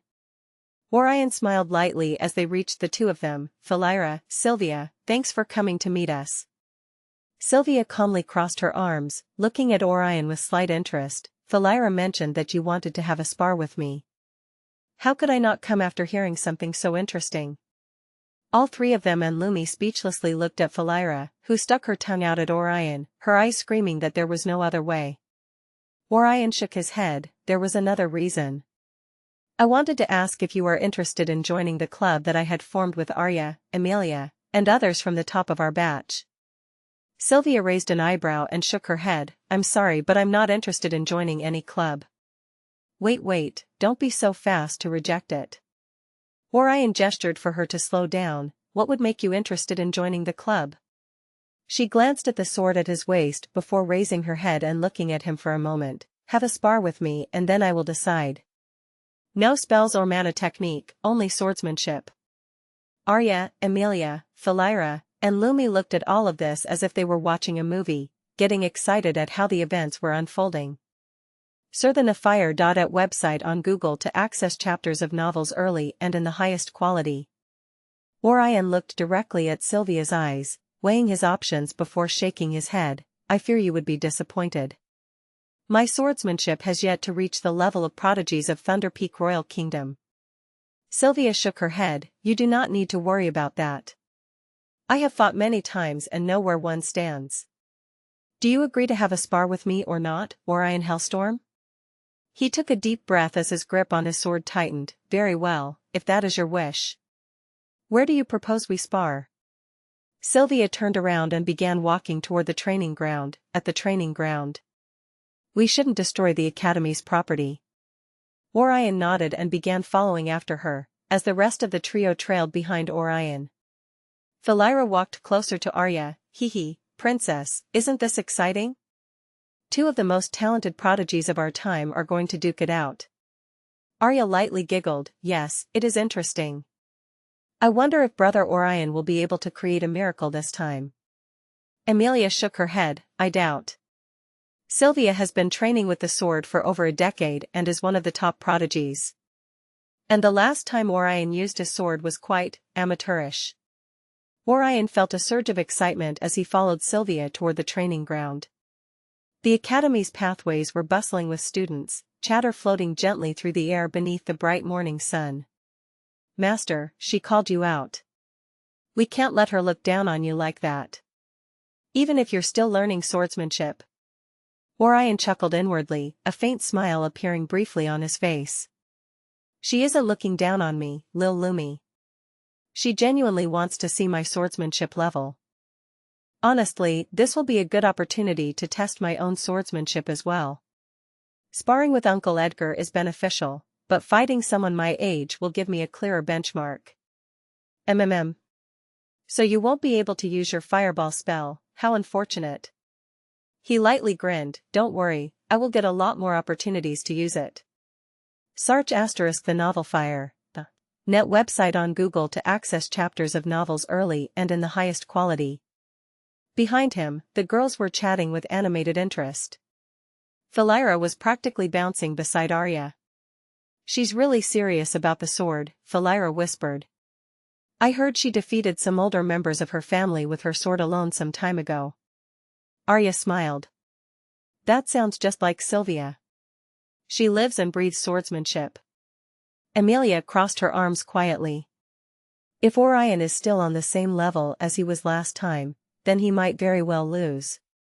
She trailed off, eyes narrowing slightly, but I want to see how far he can go using just his own skill.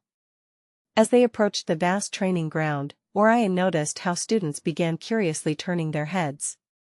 Sylvia, a prodigy known for her exceptional swordsmanship, had a reputation that naturally attracted attention wherever she went. Orion's rising notoriety within the academy compounded the interest, and soon whispers spread rapidly among the gathering crowd. Isn't that Sylvia? And isn't that Orion Hellstorm?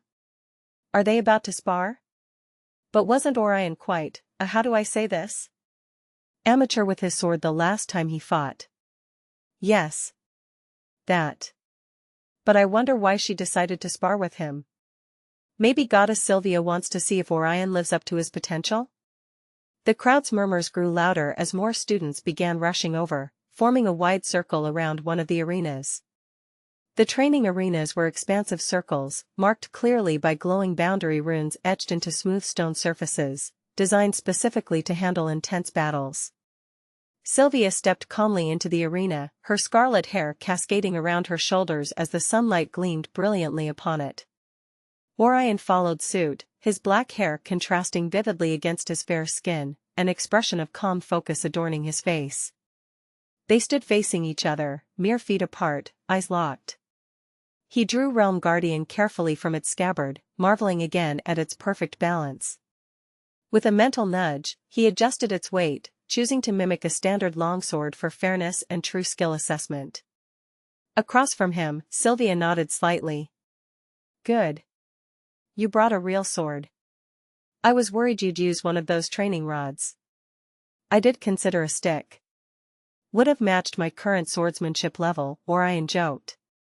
She didn't smile, but the faintest twitch of amusement flickered in her gaze. We'll see. Sylvia smoothly drew her own sword, a slender, elegantly curved blade shimmering faintly with polished silver. Orion sensed subtle mana within it, though she clearly refrained from activating its true power. Are you ready? Sylvia asked, shifting smoothly into a graceful combat stance, her eyes narrowing with seriousness. Whenever you are, Orion responded calmly, taking a basic but solid stance. Master, she looks really serious. Should I secretly enhance your eyesight or maybe give you a power boost? Just a tiny one. You can't do any of those. Ugh, I don't want to see her beat you. Equal to or succeeds equal to or precedes. He speechlessly looked at the floating window. Have some trust in me, will you? Shaking his head, he took a deep breath and met his gaze with Sylvia. Begin. Sylvia moved first, her speed startlingly quick as she closed the distance instantly. Her sword flashed in an arc, slicing cleanly towards Orion's shoulder. Reacting swiftly, Orion raised Realm Guardian, deflecting the blow smoothly. A sharp clang echoed through the training grounds, drawing audible gasps from the crowd. Sylvia's follow-up strikes were fluid and precise, the sheer elegance of her swordsmanship mesmerizing. Orion, while less graceful, utilized his powerful physique effectively, countering each strike with steadfast resilience. Their exchanges intensified rapidly, each clash resonating with vibrant metallic sounds, quickening the crowd's pulses. Sylvia was clearly superior in technique and experience, yet Orion's surprising strength helped him keep pace. "You're really something, Orion," Sylvia complimented amid their rapid exchanges.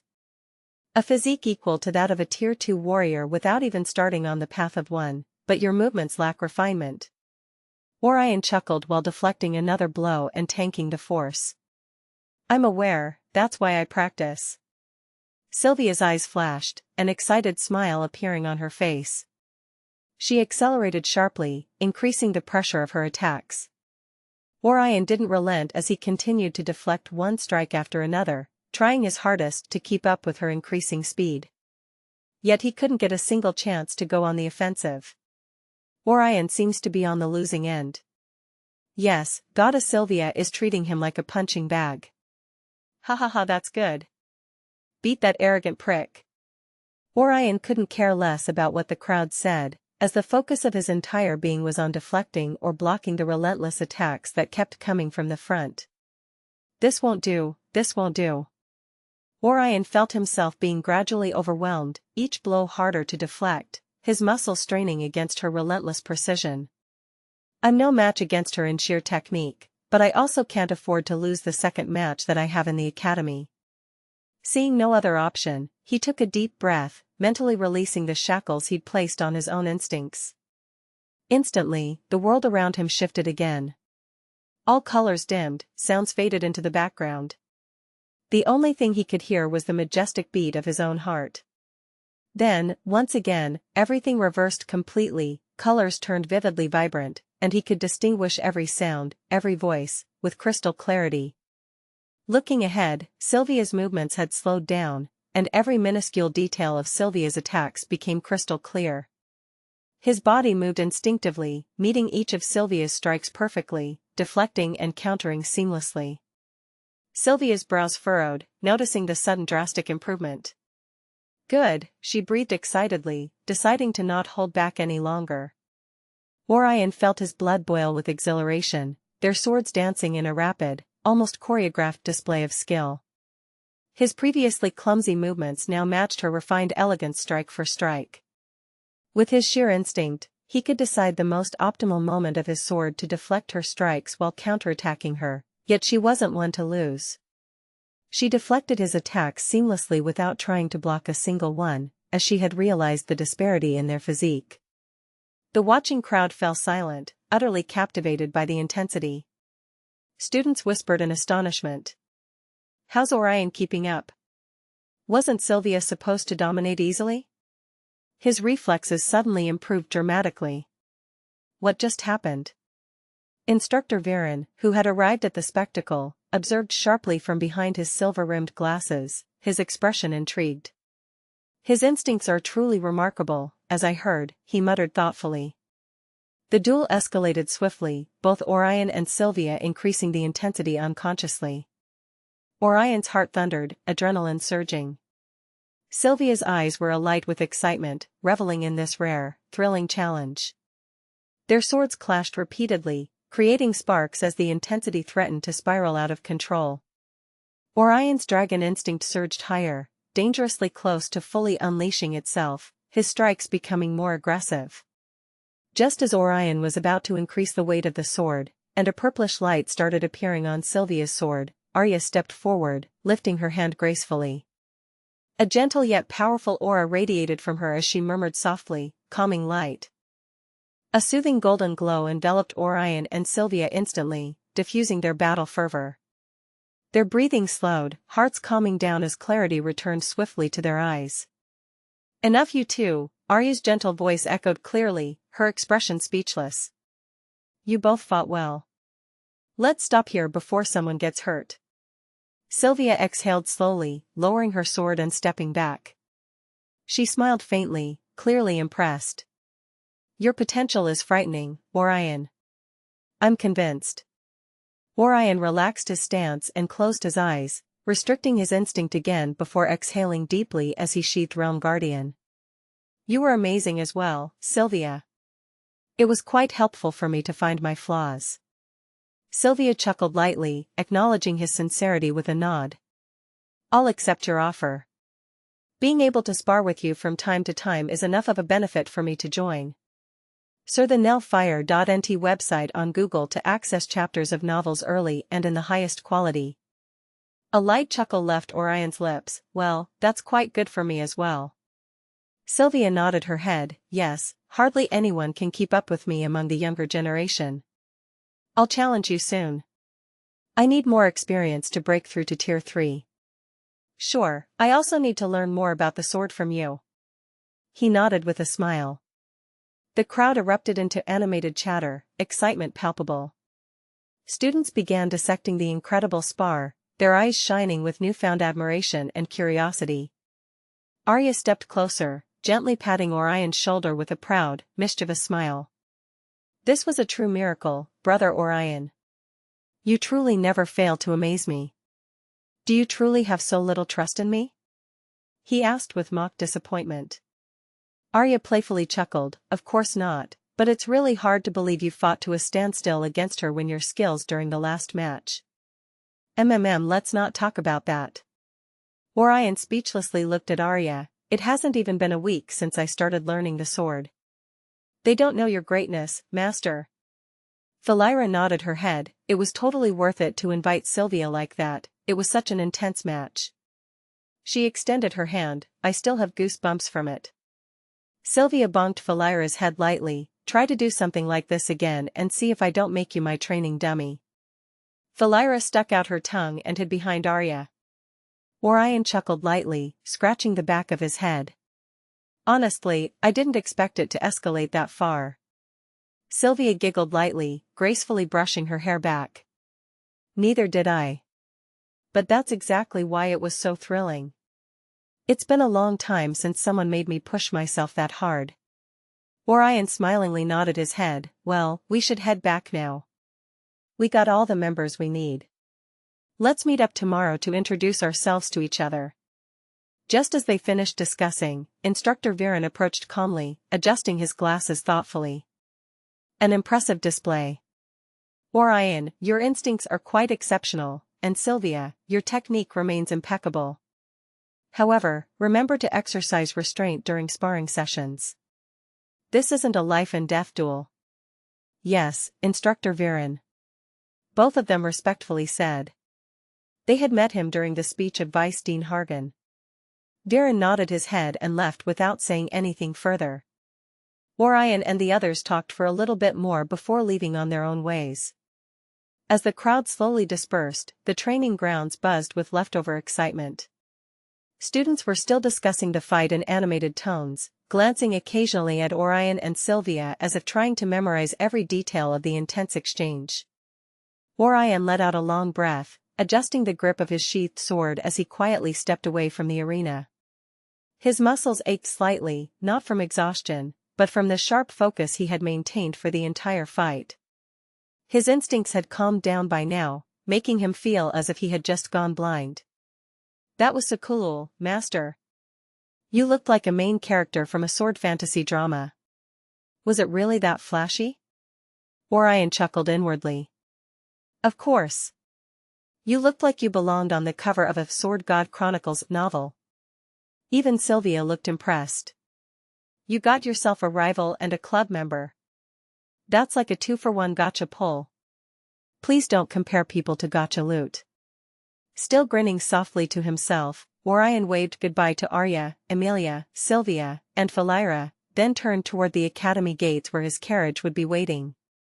The pathways were quieter now, the sun beginning to descend westward, casting a mellow golden hue across the grounds. Honestly though, He thought as he walked, the classes feel so slow. At this pace, I'll waste days trying to grasp things I can comprehend in minutes. You're not wrong. Your comprehension is ridiculous, even by true dragon standards. Lumi's voice chimed thoughtfully, now in her calm teacher mode. You could probably skip entire classes just by reading the reference books directly. Especially the theoretical ones. Orion nodded inwardly, gaze lifting toward the sky. Tomorrow, I'll visit the library first thing. I need to know what kind of knowledge is available, and how much is being hidden from standard students. Hee, that's more like it. Let's go raid that knowledge vault, Master. Also, you planning to challenge the Tower of Myths soon? A grin tugged at his lips. You read my mind. The Tower of Myths, one of the 3 grand structures of the Academy. A place where echoes of past prodigies were bound and reanimated for battle. An arena of living memories, scaled to the challenger's current level. I need to see how far I've come. And how far I still need to go. The sword spar was just the first step. Oh. You're really going full protagonist now, huh? The lonely genius climbs the tower, shattering the myths of old. Lumi added a dramatic tone, complete with sparkles on the screen. Tone it down, Lumi, Orion laughed softly, turning a corner toward the main exit. The stone pathway gave way to the Academy courtyard's polished open arch. Just beyond the gates, the luxurious obsidian carriage awaited. Edgar stood beside the carriage with arms crossed, his broad frame still dressed in his standard black coat. His ever-watchful eyes were scanning the crowd until they spotted Orion. Finally done, young master? Edgar lightly bowed while welcoming him. You took longer than usual today. Orion gave a light smile, had a spontaneous spar with one of the top geniuses. Things got intense. Lucan, who was leaning against the carriage side casually, chuckled. Let me guess. Sylvia? Bingo. I heard the crowd shouting all the way from outside the academy. Thought someone had summoned a mana beast, Lucan teased lightly, pushing off from the carriage to open the door for him. You've got an eye for beauty, young master. First the heir of House Blackwell, now the gem of Stormbolt family, not to mention the little princess and her guard. Lucan looked at Orion dramatically as if he had been deeply hurt. Damn, young master, you are a bigger womanizer than me.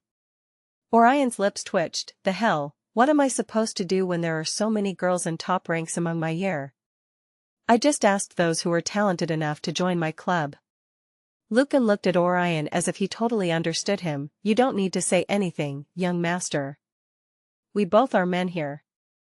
Orion looked at him with a speechless expression. I'm not yet good enough that all the girls of my club would come after me. Lucan held his chest theatrically, feigning hurt.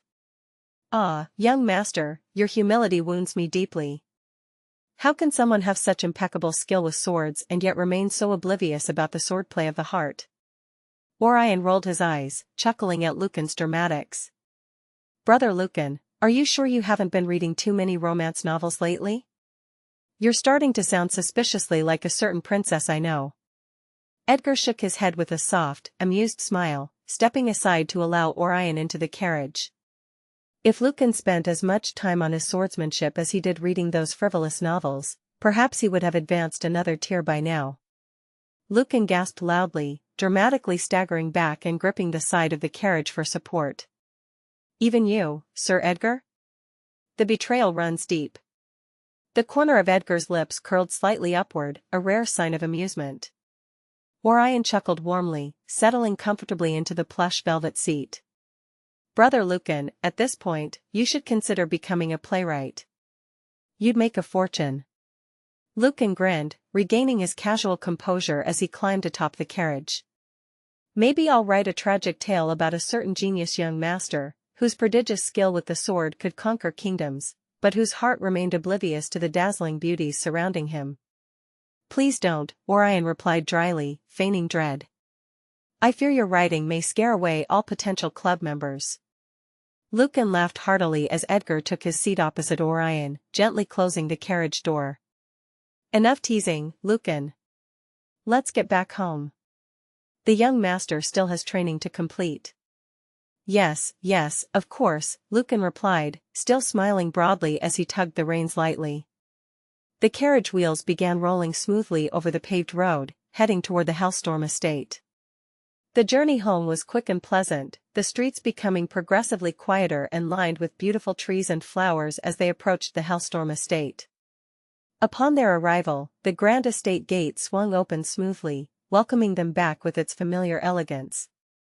Edgar stepped out first, holding the carriage door open as Orion walked down calmly. Lucan cheerfully waved goodbye, taking the carriage around back to the stables, leaving Orion and Edgar standing before the mansion's grand entrance. "Shall we head straight to the training grounds, young master?" Edgar asked calmly. "Yes," Orion nodded resolutely, adjusting his grip on Realm Guardian. "I want to refine the insights I gained during today's spar." Edgar inclined his head approvingly, a faint pride flickering in his elderly eyes. "An excellent mindset." Together, they walked calmly toward the mansion's private training ground located inside of it. Drawing his sword, Edgar smoothly assumed a stance. Orion followed suit, his expression focused as he mirrored Edgar's stance perfectly. With a nod, their training began. Edgar's style emphasized efficient movements, precise, sharp, and without unnecessary flourishes. Orion quickly adapted, absorbing each subtle correction Edgar offered. Their swords clashed repeatedly, the rhythmic sound of steel echoing softly throughout the quiet grounds, a beautiful display of discipline and skill. Hours flowed by, yet Orion showed no signs of fatigue. Sweat lightly glistened on his forehead, muscles flexing smoothly beneath his clothes with each calculated movement. Edgar, too, appeared as calm and unruffled as ever, though Orion caught a faint glimmer of approval in his warm eyes. Eventually, Orion stepped back, sheathing his blade and breathing deeply. "I'll stop here, Uncle Edgar. Thank you for your guidance. I feel clearer now." "You've improved remarkably in such a short time, young master," Edgar praised calmly, nodding his head respectfully. "Few can improve as swiftly as you. Especially today, your improvement has been the greatest. If this continues, then you might reach the next level with the sword even before the 4th tier." Orion tilted his head in confusion. "Next tier? What's that?" Edgar chuckled. "Well, you will know once you reach there. It shouldn't take you long." "You." Orion lightly shook his head with a smile. "You really like to keep suspense, huh? Life would be too dull without surprises, young master," he calmly said with a smile. Orion smiled, then glanced toward the exit. "I'd like to practice my fireball spell a bit before nightfall." "It won't take long." "Very well. Practice safely," Edgar advised, giving a final respectful nod before heading out, leaving Orion alone. Orion also left the mansion and headed to the back of the mansion. The rear training grounds behind the mansion were distinctly more open and expansive, designed specifically for spellcasting as Orion observed before. Several sturdy, mana-reinforced targets stood ready, spaced evenly across the vast field. Orion calmly stepped into the training area and stood 15 meters away from a training dummy with a thoughtful expression. "I need a training method for my physique. Even if I'm naturally stronger than those on the same level, the gap will slowly close before I'm behind them. Is it gotcha time, master?" Orion looked at the floating window with a speechless expression. "You're really addicted to gotcha, huh? I thought I would be the one addicted. And no, I've done gotcha over 100 times but never got it. I'll ask Grandma if she can get me one later." "Boo, boring. Well, anyway, let me test out my spell for now," he calmly said before extending his palm outward. "Fireball," he whispered softly, smoothly channeling mana through his body. Instantly, a blazing sphere of flame ignited in front of his outstretched palm, illuminating the training ground around him. He aimed his hand steadily toward the target dummy, releasing the fireball. With a sharp hiss, the sphere streaked through the air and collided squarely with the reinforced training dummy. A burst of flames erupted briefly, charring the surface and leaving a clear scorch mark. Orion watched calmly, evaluating the spell's accuracy and power. "Not bad," he murmured softly, stepping slightly to the left to change his angle of attack. Once again, he extended his palm and summoned the spell. Fireball. This time Orion attempted to experiment. As the fireball appeared, he visualized compressing the spell slightly more, aiming for greater explosive force upon impact. However, the spell resisted his attempts at manipulation, stubbornly maintaining its original shape and power.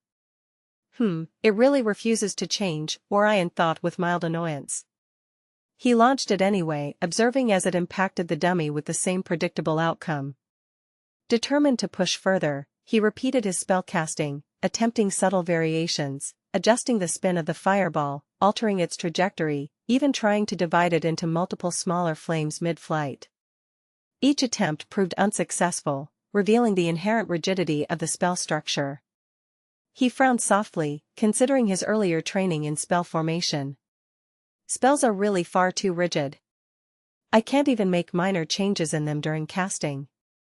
Else the spell will either resist it or fail, Orion concluded thoughtfully. Lumi's energetic voice chimed sympathetically, sensing his mild frustration. SAR the novelfire.nt website on Google to access chapters of novels early and in the highest quality. Master, I think instead of altering it, you should focus on perfecting what it can already offer. Orion thoughtfully rubbed his chin. You mean speed and efficiency, right? Exactly. If you can cast Fireball almost instantly, it becomes a far deadlier weapon, even if its destructive power remains limited. Your incredible reflexes combined with instantaneous spellcasting could dominate most battles. Chapter 158, Want to Walk Both Paths Plus, Turn Off Reset. Her logic was sound, Orion realized. With renewed resolve, he shifted his approach, focusing purely on minimizing the spellcasting time. Taking a calming breath, he visualized the spell clearly, urging his mana to respond even faster. Fireball. This time, the sphere formed noticeably quicker, materializing almost instantly before his palm.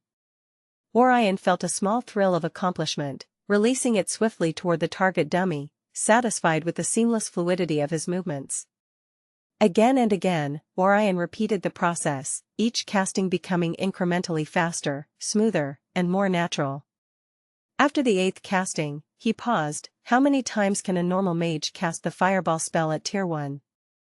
From what we learned in the classes, a typical mage can cast anywhere from 3 to 5 spells at their own level, while geniuses can cast 8 to 10 times. Should I test my limits today? He said with an excited smile on his face. He took a deep breath and prepared himself to reach his limits. His mana channels hummed with surging mana, responding swiftly and precisely to his intent. He cast the spell again, and within 1.5 seconds, the spell finished materializing in front of him as he shot it out. The average time of spellcasting for a mage averaged around 2 to 3 seconds, while geniuses tend to do it much faster, but that was for the spells they engrave in their SOC. The other type was when they draw the magic circle outside using mana, that usually took much longer for others, typically ranging from 10 to 15 seconds. After nearly an hour of relentless practice, Orion paused, breathing heavily. Fuck this. I've used the damn spell nearly 100 times and I don't see my SOC exhausting anytime soon. But at least now you can cast the spell within a second. That's already a great improvement. He exhaled a long breath and stood up straight, staring at the wooden dummy which had been scorched black from the relentless Fireball spell. This is enough for today, Orion thought, looking at the darkened sky as he reflected on the day's numerous accomplishments. Sparring with Sylvia, recruiting club members, improving swordsmanship with Edgar, and perfecting rapid spellcasting, it had truly been a fruitful day. You're amazing, Master. Every day, you're becoming even more awesome.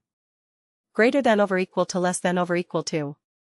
He chuckled softly at Lumi's enthusiasm. Your cheering certainly makes training easier. Satisfied, Orion turned and calmly headed back toward the mansion, leaving the scorched training dummy behind. His body now yearned for relaxation, his muscles tired from the intensive sword practice and spell training. As he stepped inside, the mansion's warm interior welcomed him instantly, illuminated by softly glowing crystal lamps along the elegant hallway. Approaching his room, Orion found Rena and Fiora patiently waiting, both maids greeting him warmly. "Welcome back, Master." Rena's cheerful voice chimed gently, eyes brightening happily. "We prepared your bath, as usual." Fiora shyly nodded beside her, holding out a soft, neatly folded towel. It's a special herbal bath, Master. It'll help us soothe your muscles from today's intense training." Orion smiled warmly, taking the towel appreciatively. "Thank you, both of you. Your timing is impeccable, as always." Saw the novelfire.net website on Google to access chapters of novels early and in the highest quality. Saying that, he went inside for a bath as they gently washed away the sweat and dirt of the day while gently massaging his body. He rested quietly for a few moments, savoring the relaxation fully. After thoroughly enjoying himself, Orion stepped out as Rena and Fiora quickly dried him off and dressed him comfortably. Feeling refreshed and reinvigorated, he nodded smilingly toward Rena and Fiora. "Thank you again. I feel much better now." Rena bowed softly, beaming happily. "You're very welcome, Master."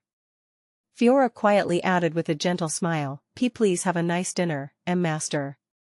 Lady Celine and Lord Eldrick are already waiting for you." Orion chuckled lightly, heading down the ornate hallway toward the dining room. His stomach growled softly in agreement, reminding him clearly of his hunger. Upon entering the dining hall, he found Eldrick and Celine already seated comfortably, quietly discussing something while awaiting his arrival. Both immediately turned toward him, their expressions warmly welcoming. "Ah, dear, you're finally here," Celine greeted gently, her voice soft and inviting. "You trained quite late today. You must be hungry." Eldrick chuckled warmly, lifting his glass with an amused twinkle in his eyes. "Indeed. And you must tell us about your eventful day. We already heard some stuff from here and there, but we want to hear it directly from you." Orion seated himself calmly, smiling lightly as he took in the delicious spread of dishes arranged before him, freshly baked bread, tender roasted meats, vibrant vegetables, and an array of other tantalizing offerings. "It was certainly eventful, Grandpa," Orion agreed smoothly, selecting a serving of roasted meat and vegetables onto his plate. "I sparred with Sylvia from House Stormbolt today and managed to recruit her into the club." Eldrick raised an eyebrow, visibly intrigued. "Oh? The Stormbolt lass herself joined your club? You're certainly gathering quite the talented crowd." Celine's eyes sparkled with delight, clearly proud. "He's my grandson, after all. Him being exceptional is nothing surprising. Talented individuals will always flock together." Orion chuckled warmly, feeling deeply grateful for their unwavering support and affection. "It's been exciting, to say the least. But there's still much work ahead." Eldrick smiled approvingly, raising his glass slightly. "And we have full faith in your abilities, Orion. Now, eat well. You'll need strength for whatever you will do ahead." Orion paused and turned toward Celine. "Oh, and Grandma, there's something else I need your advice on. I've decided, I want to walk both the mage and warrior paths simultaneously." Celine instantly stilled, her delicate hands halting halfway through serving a portion of the roasted vegetables. Her gentle expression clouded over with a mix of surprise, concern, and a faintly concealed worry. Beside her, Eldrick's brows knitted together slightly, his usual jovial demeanor fading into a more serious countenance. The room became silent, thick with unspoken apprehension as Celine placed the serving spoon down carefully, her deep eyes locking onto Orion's calm gaze. After a moment, she spoke softly, yet firmly. "Orion, are you truly certain about this decision? Pursuing both paths is extraordinarily difficult, bordering on the impossible. You're aware, aren't you, that countless geniuses have fallen trying to combine these two disciplines?" Orion calmly met her eyes. "I know, Grandma. But there have been successful people who walked both paths as well. And I also understand clearly what it means to take this road. I've thought this through deeply, considering every angle."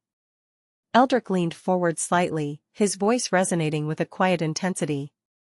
"Young lad, it's admirable that you want to challenge yourself, but even among the peak geniuses, only a scant few have ever survived long enough to truly flourish while walking both the mage and warrior paths.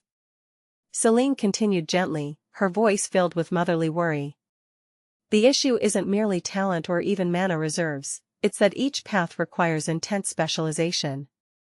Warriors refine their physique, tempering their bodies to unimaginable degrees, while mages develop their sea of consciousness and spells, steadily broadening their mana control and spellcraft. Each path demands different training methods, entirely different cultivation techniques, and above all, extreme dedication. She paused briefly, eyes reflecting a deep sorrow as she continued in a quieter voice. I've personally known talented youths who attempted both paths simultaneously. Many burned themselves out, their foundations collapsing tragically. Even those who succeeded and reached the peak of the 9th tier couldn't break through to the next grade, and those who attempted died trying to merge both paths. Orion listened attentively, absorbing each word carefully. Yet, despite the gravity of her warnings, his resolve didn't waver. He gently placed his hand over Celine's reassuringly. His tone was warm, filled with confidence. Grandma, I truly appreciate your concern. But remember, I've already shared with both of you the nature of my lineage. I possess the human emperor lineage. Walking both the mage and warrior paths isn't just something I can do, it's something I must do. Eldrick and Celine both stiffened slightly, their gazes flickering with deep contemplation. They clearly recalled Orion's revelations about his unique bloodline, a lineage that stood at the absolute pinnacle of human potential, capable of achieving feats others could only dream of. Eldrick sighed, leaning back into his chair as he regarded Orion thoughtfully. The human emperor lineage, If anyone could walk this impossible path successfully, it would be you. And not like there hasn't been precedent for it. Many suspect Sir Dawn to be someone who walked both paths. Celine's eyes softened, her worries slowly transforming into acceptance. Very well, dear, she finally conceded, her gentle smile reappearing. If your mind is truly made up, we will support you wholeheartedly. Orion's expression brightened immediately, his smile conveying slight excitement and gratitude. Thank you, Grandma. Grandpa. Your support truly means everything to me. Celine gently smiled and reached toward her storage ring to take out a delicate, jade-bound manual. She carefully placed it in front of Orion, her eyes filled with gentle warmth. This manual, called the Ninefold Body Refinement Scripture, details the foundational method for cultivating one's physique using mana. sarthenovelier.net website on Google to access chapters of novels early and in the highest quality. It has 9 distinct levels, each corresponding directly to the 9 tiers of the mage path. You must refine your entire body first, then gradually hone each internal component, skin, muscles, tendons, bones, and even the marrow. Mastering each stage is crucial before progressing to the next. Orion held the manual with an excited expression, feeling the weight in his palm. Thank you, Grandma. I'll study it thoroughly. Eldrick chuckled lightly, watching Orion's eagerness. Go slowly, brat. Patience is as crucial as perseverance. Overexertion can lead to irreparable damage, especially in the physique path. Orion nodded seriously. I understand, Grandpa. I won't rush this. Dinner concluded peacefully afterward, the earlier tension fading into comfortable conversation. Once the plates were cleared and goodnights exchanged, Orion quietly excused himself, heading straight to his room. Inside his elegantly decorated room, Orion gently placed the manual onto his study desk, carefully opening its delicate cover. The pages were beautifully inscribed with flowing runic letters, illuminated faintly by shimmering traces of mana. He meticulously read each instruction, internalizing every subtle detail. This seems quite hard. It needs me to have good control over my mana so I can flow it through my entire body, not only my mana channels. But with my 9 mana channels, it would be much easier, he analyzed while reading. This might be quite painful, Master, since it's your first time and refining the body is generally a painful process. He shook his head, I'll cross that bridge when I get there. Taking a deep breath, Orion closed his eyes and sat cross-legged in the center of his dimly lit room. A serene silence enveloped the chamber, interrupted only by Orion's steady breathing. He gently opened the first page of the manual titled Ninefold Body Refinement Scripture. After once again verifying the things he had read, he began channeling his mana, guiding it methodically through his 9 primal mana channels. Mana flowed effortlessly through him, smoothly at first, coursing gently like a tranquil stream. Gradually, it began spreading throughout his entire physique, penetrating beyond his mana channels, seeping deeply into every fiber of his body. Initially, it felt comforting, like the warmth of sunlight filtering through trees on a calm morning. Yet, soon enough, a steadily intensifying heat began to bloom beneath his skin. It started mildly, a subtle tingling that quickly transformed into a steadily rising burn. Orion grimaced faintly, keeping himself centered and calm as instructed by the manual. Pain is part of the refinement, he reminded himself silently, controlling his breathing steadily. The sensation grew progressively intense, feeling akin to molten metal coursing through his veins. His heartbeat quickened involuntarily, each thump sending pulses of intense warmth rippling outward, systematically burning away deeply embedded impurities. Sweat glistened upon Orion's forehead, streaming gently down his temples as he endured, eyes tightly shut. Yet he didn't flinch, because he had already endured pain far greater than this twice before. But the heat continued to increase, as this wasn't merely a physical refinement, it also tested his mental fortitude and perseverance to their utmost limits. Mana continuously surged through him, methodically cleansing and enhancing every part of his body, skin, muscles, bones, each undergoing a subtle yet powerful transformation. His muscles tightened and quivered slightly under the relentless pressure, each fiber seemingly strengthening under the burning mana's assault. After an hour, the intense pain gradually began subsiding, replaced by an overwhelming wave of fatigue. Recognizing the signal of his body's limit, Orion slowly withdrew his mana, the scorching sensation receding steadily, replaced with soothing relief. Finally opening his eyes, Orion exhaled deeply, feeling profoundly exhausted yet oddly revitalized. Sweat drenched his body, yet beneath the fatigue was clear improvement in his physique.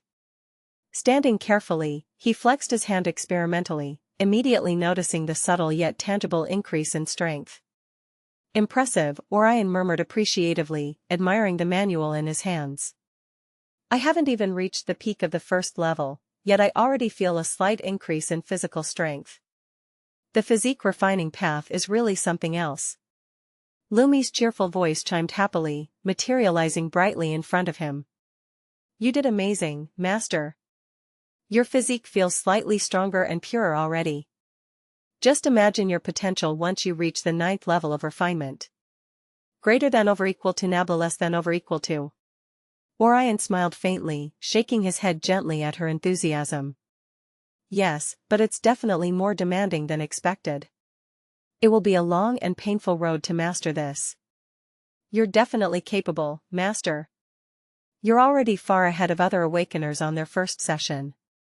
Orion nodded with a smile at her attempt to cheer him up as he carefully set aside the manual and sat down at the study table once more.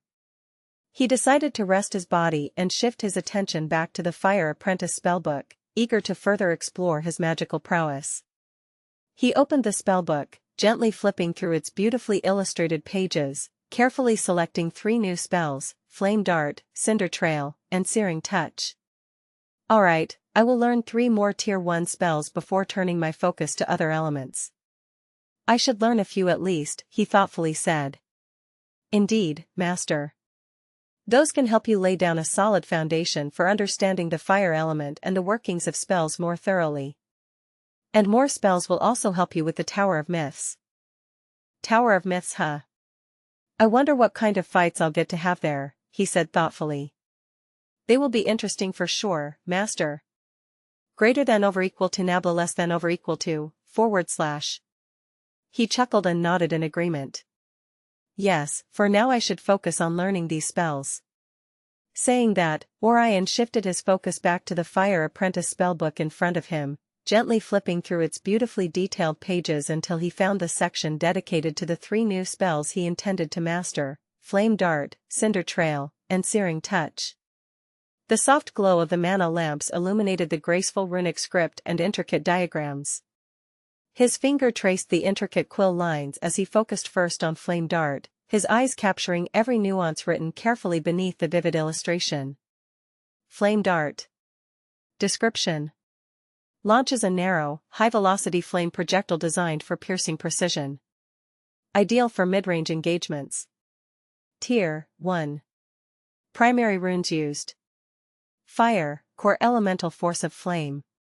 Sharpen, focuses and refines the flame into a narrow dart for piercing power. Launch, propels the spell forward in a swift, linear path. Effect: a fast, dart-like flame is shot forward, able to pierce through soft defenses and weak barriers with speed. It burns on contact, leaving small localized ignition. Orion continued to read the mana circuit framework and the runic inscriptions before gently nodding to himself, taking note of the new runes he would need to master, sharpen, and launch. Welp, time to take out the runic codex. Smiling lightly to himself, he took out the runic codex and opened the page for the first rune, sharpen.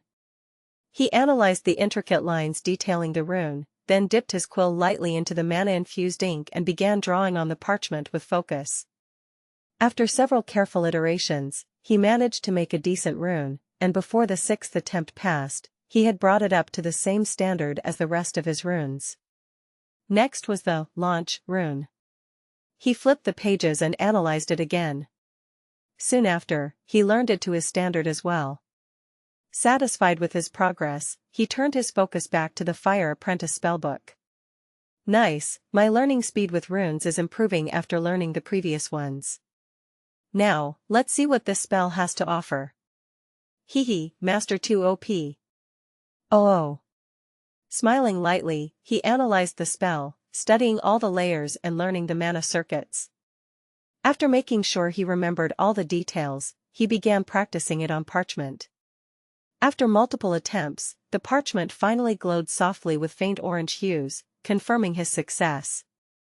Flame Dart completed, Orion murmured contentedly, pleased with his increasing speed. One down already. You're really flying tonight, Master.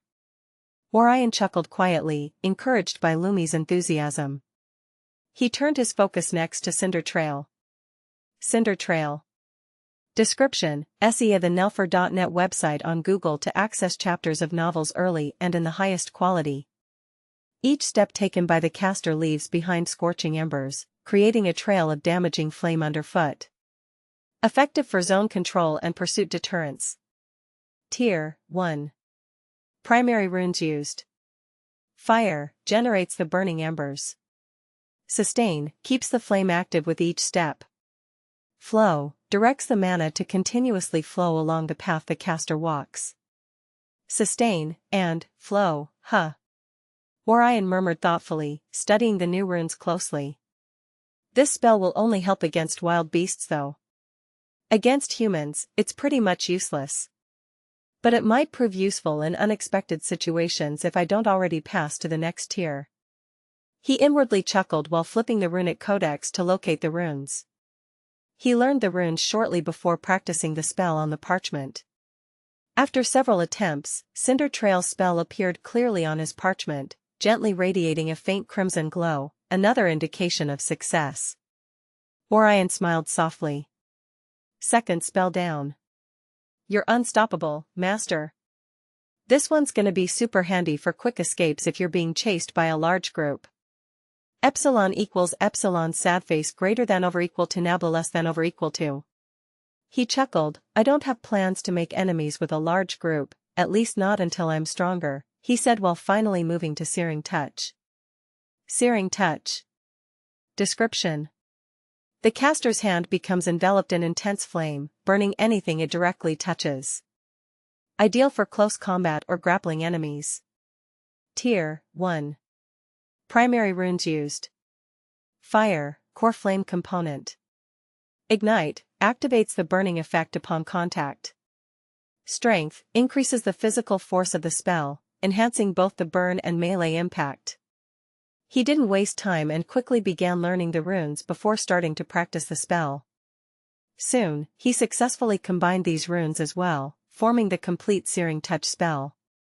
The parchment glowed intensely with a faint reddish-orange hue before settling down, signifying a successful formation.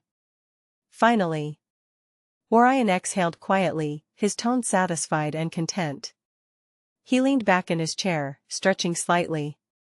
Wow, Master! 3 new spells in one night, you're absolutely amazing. Greater than over equal to less than over equal to. Orion chuckled softly, closing the spellbook and runebook gently before tidying up the parchments from the ground. He didn't want to leave a mess again.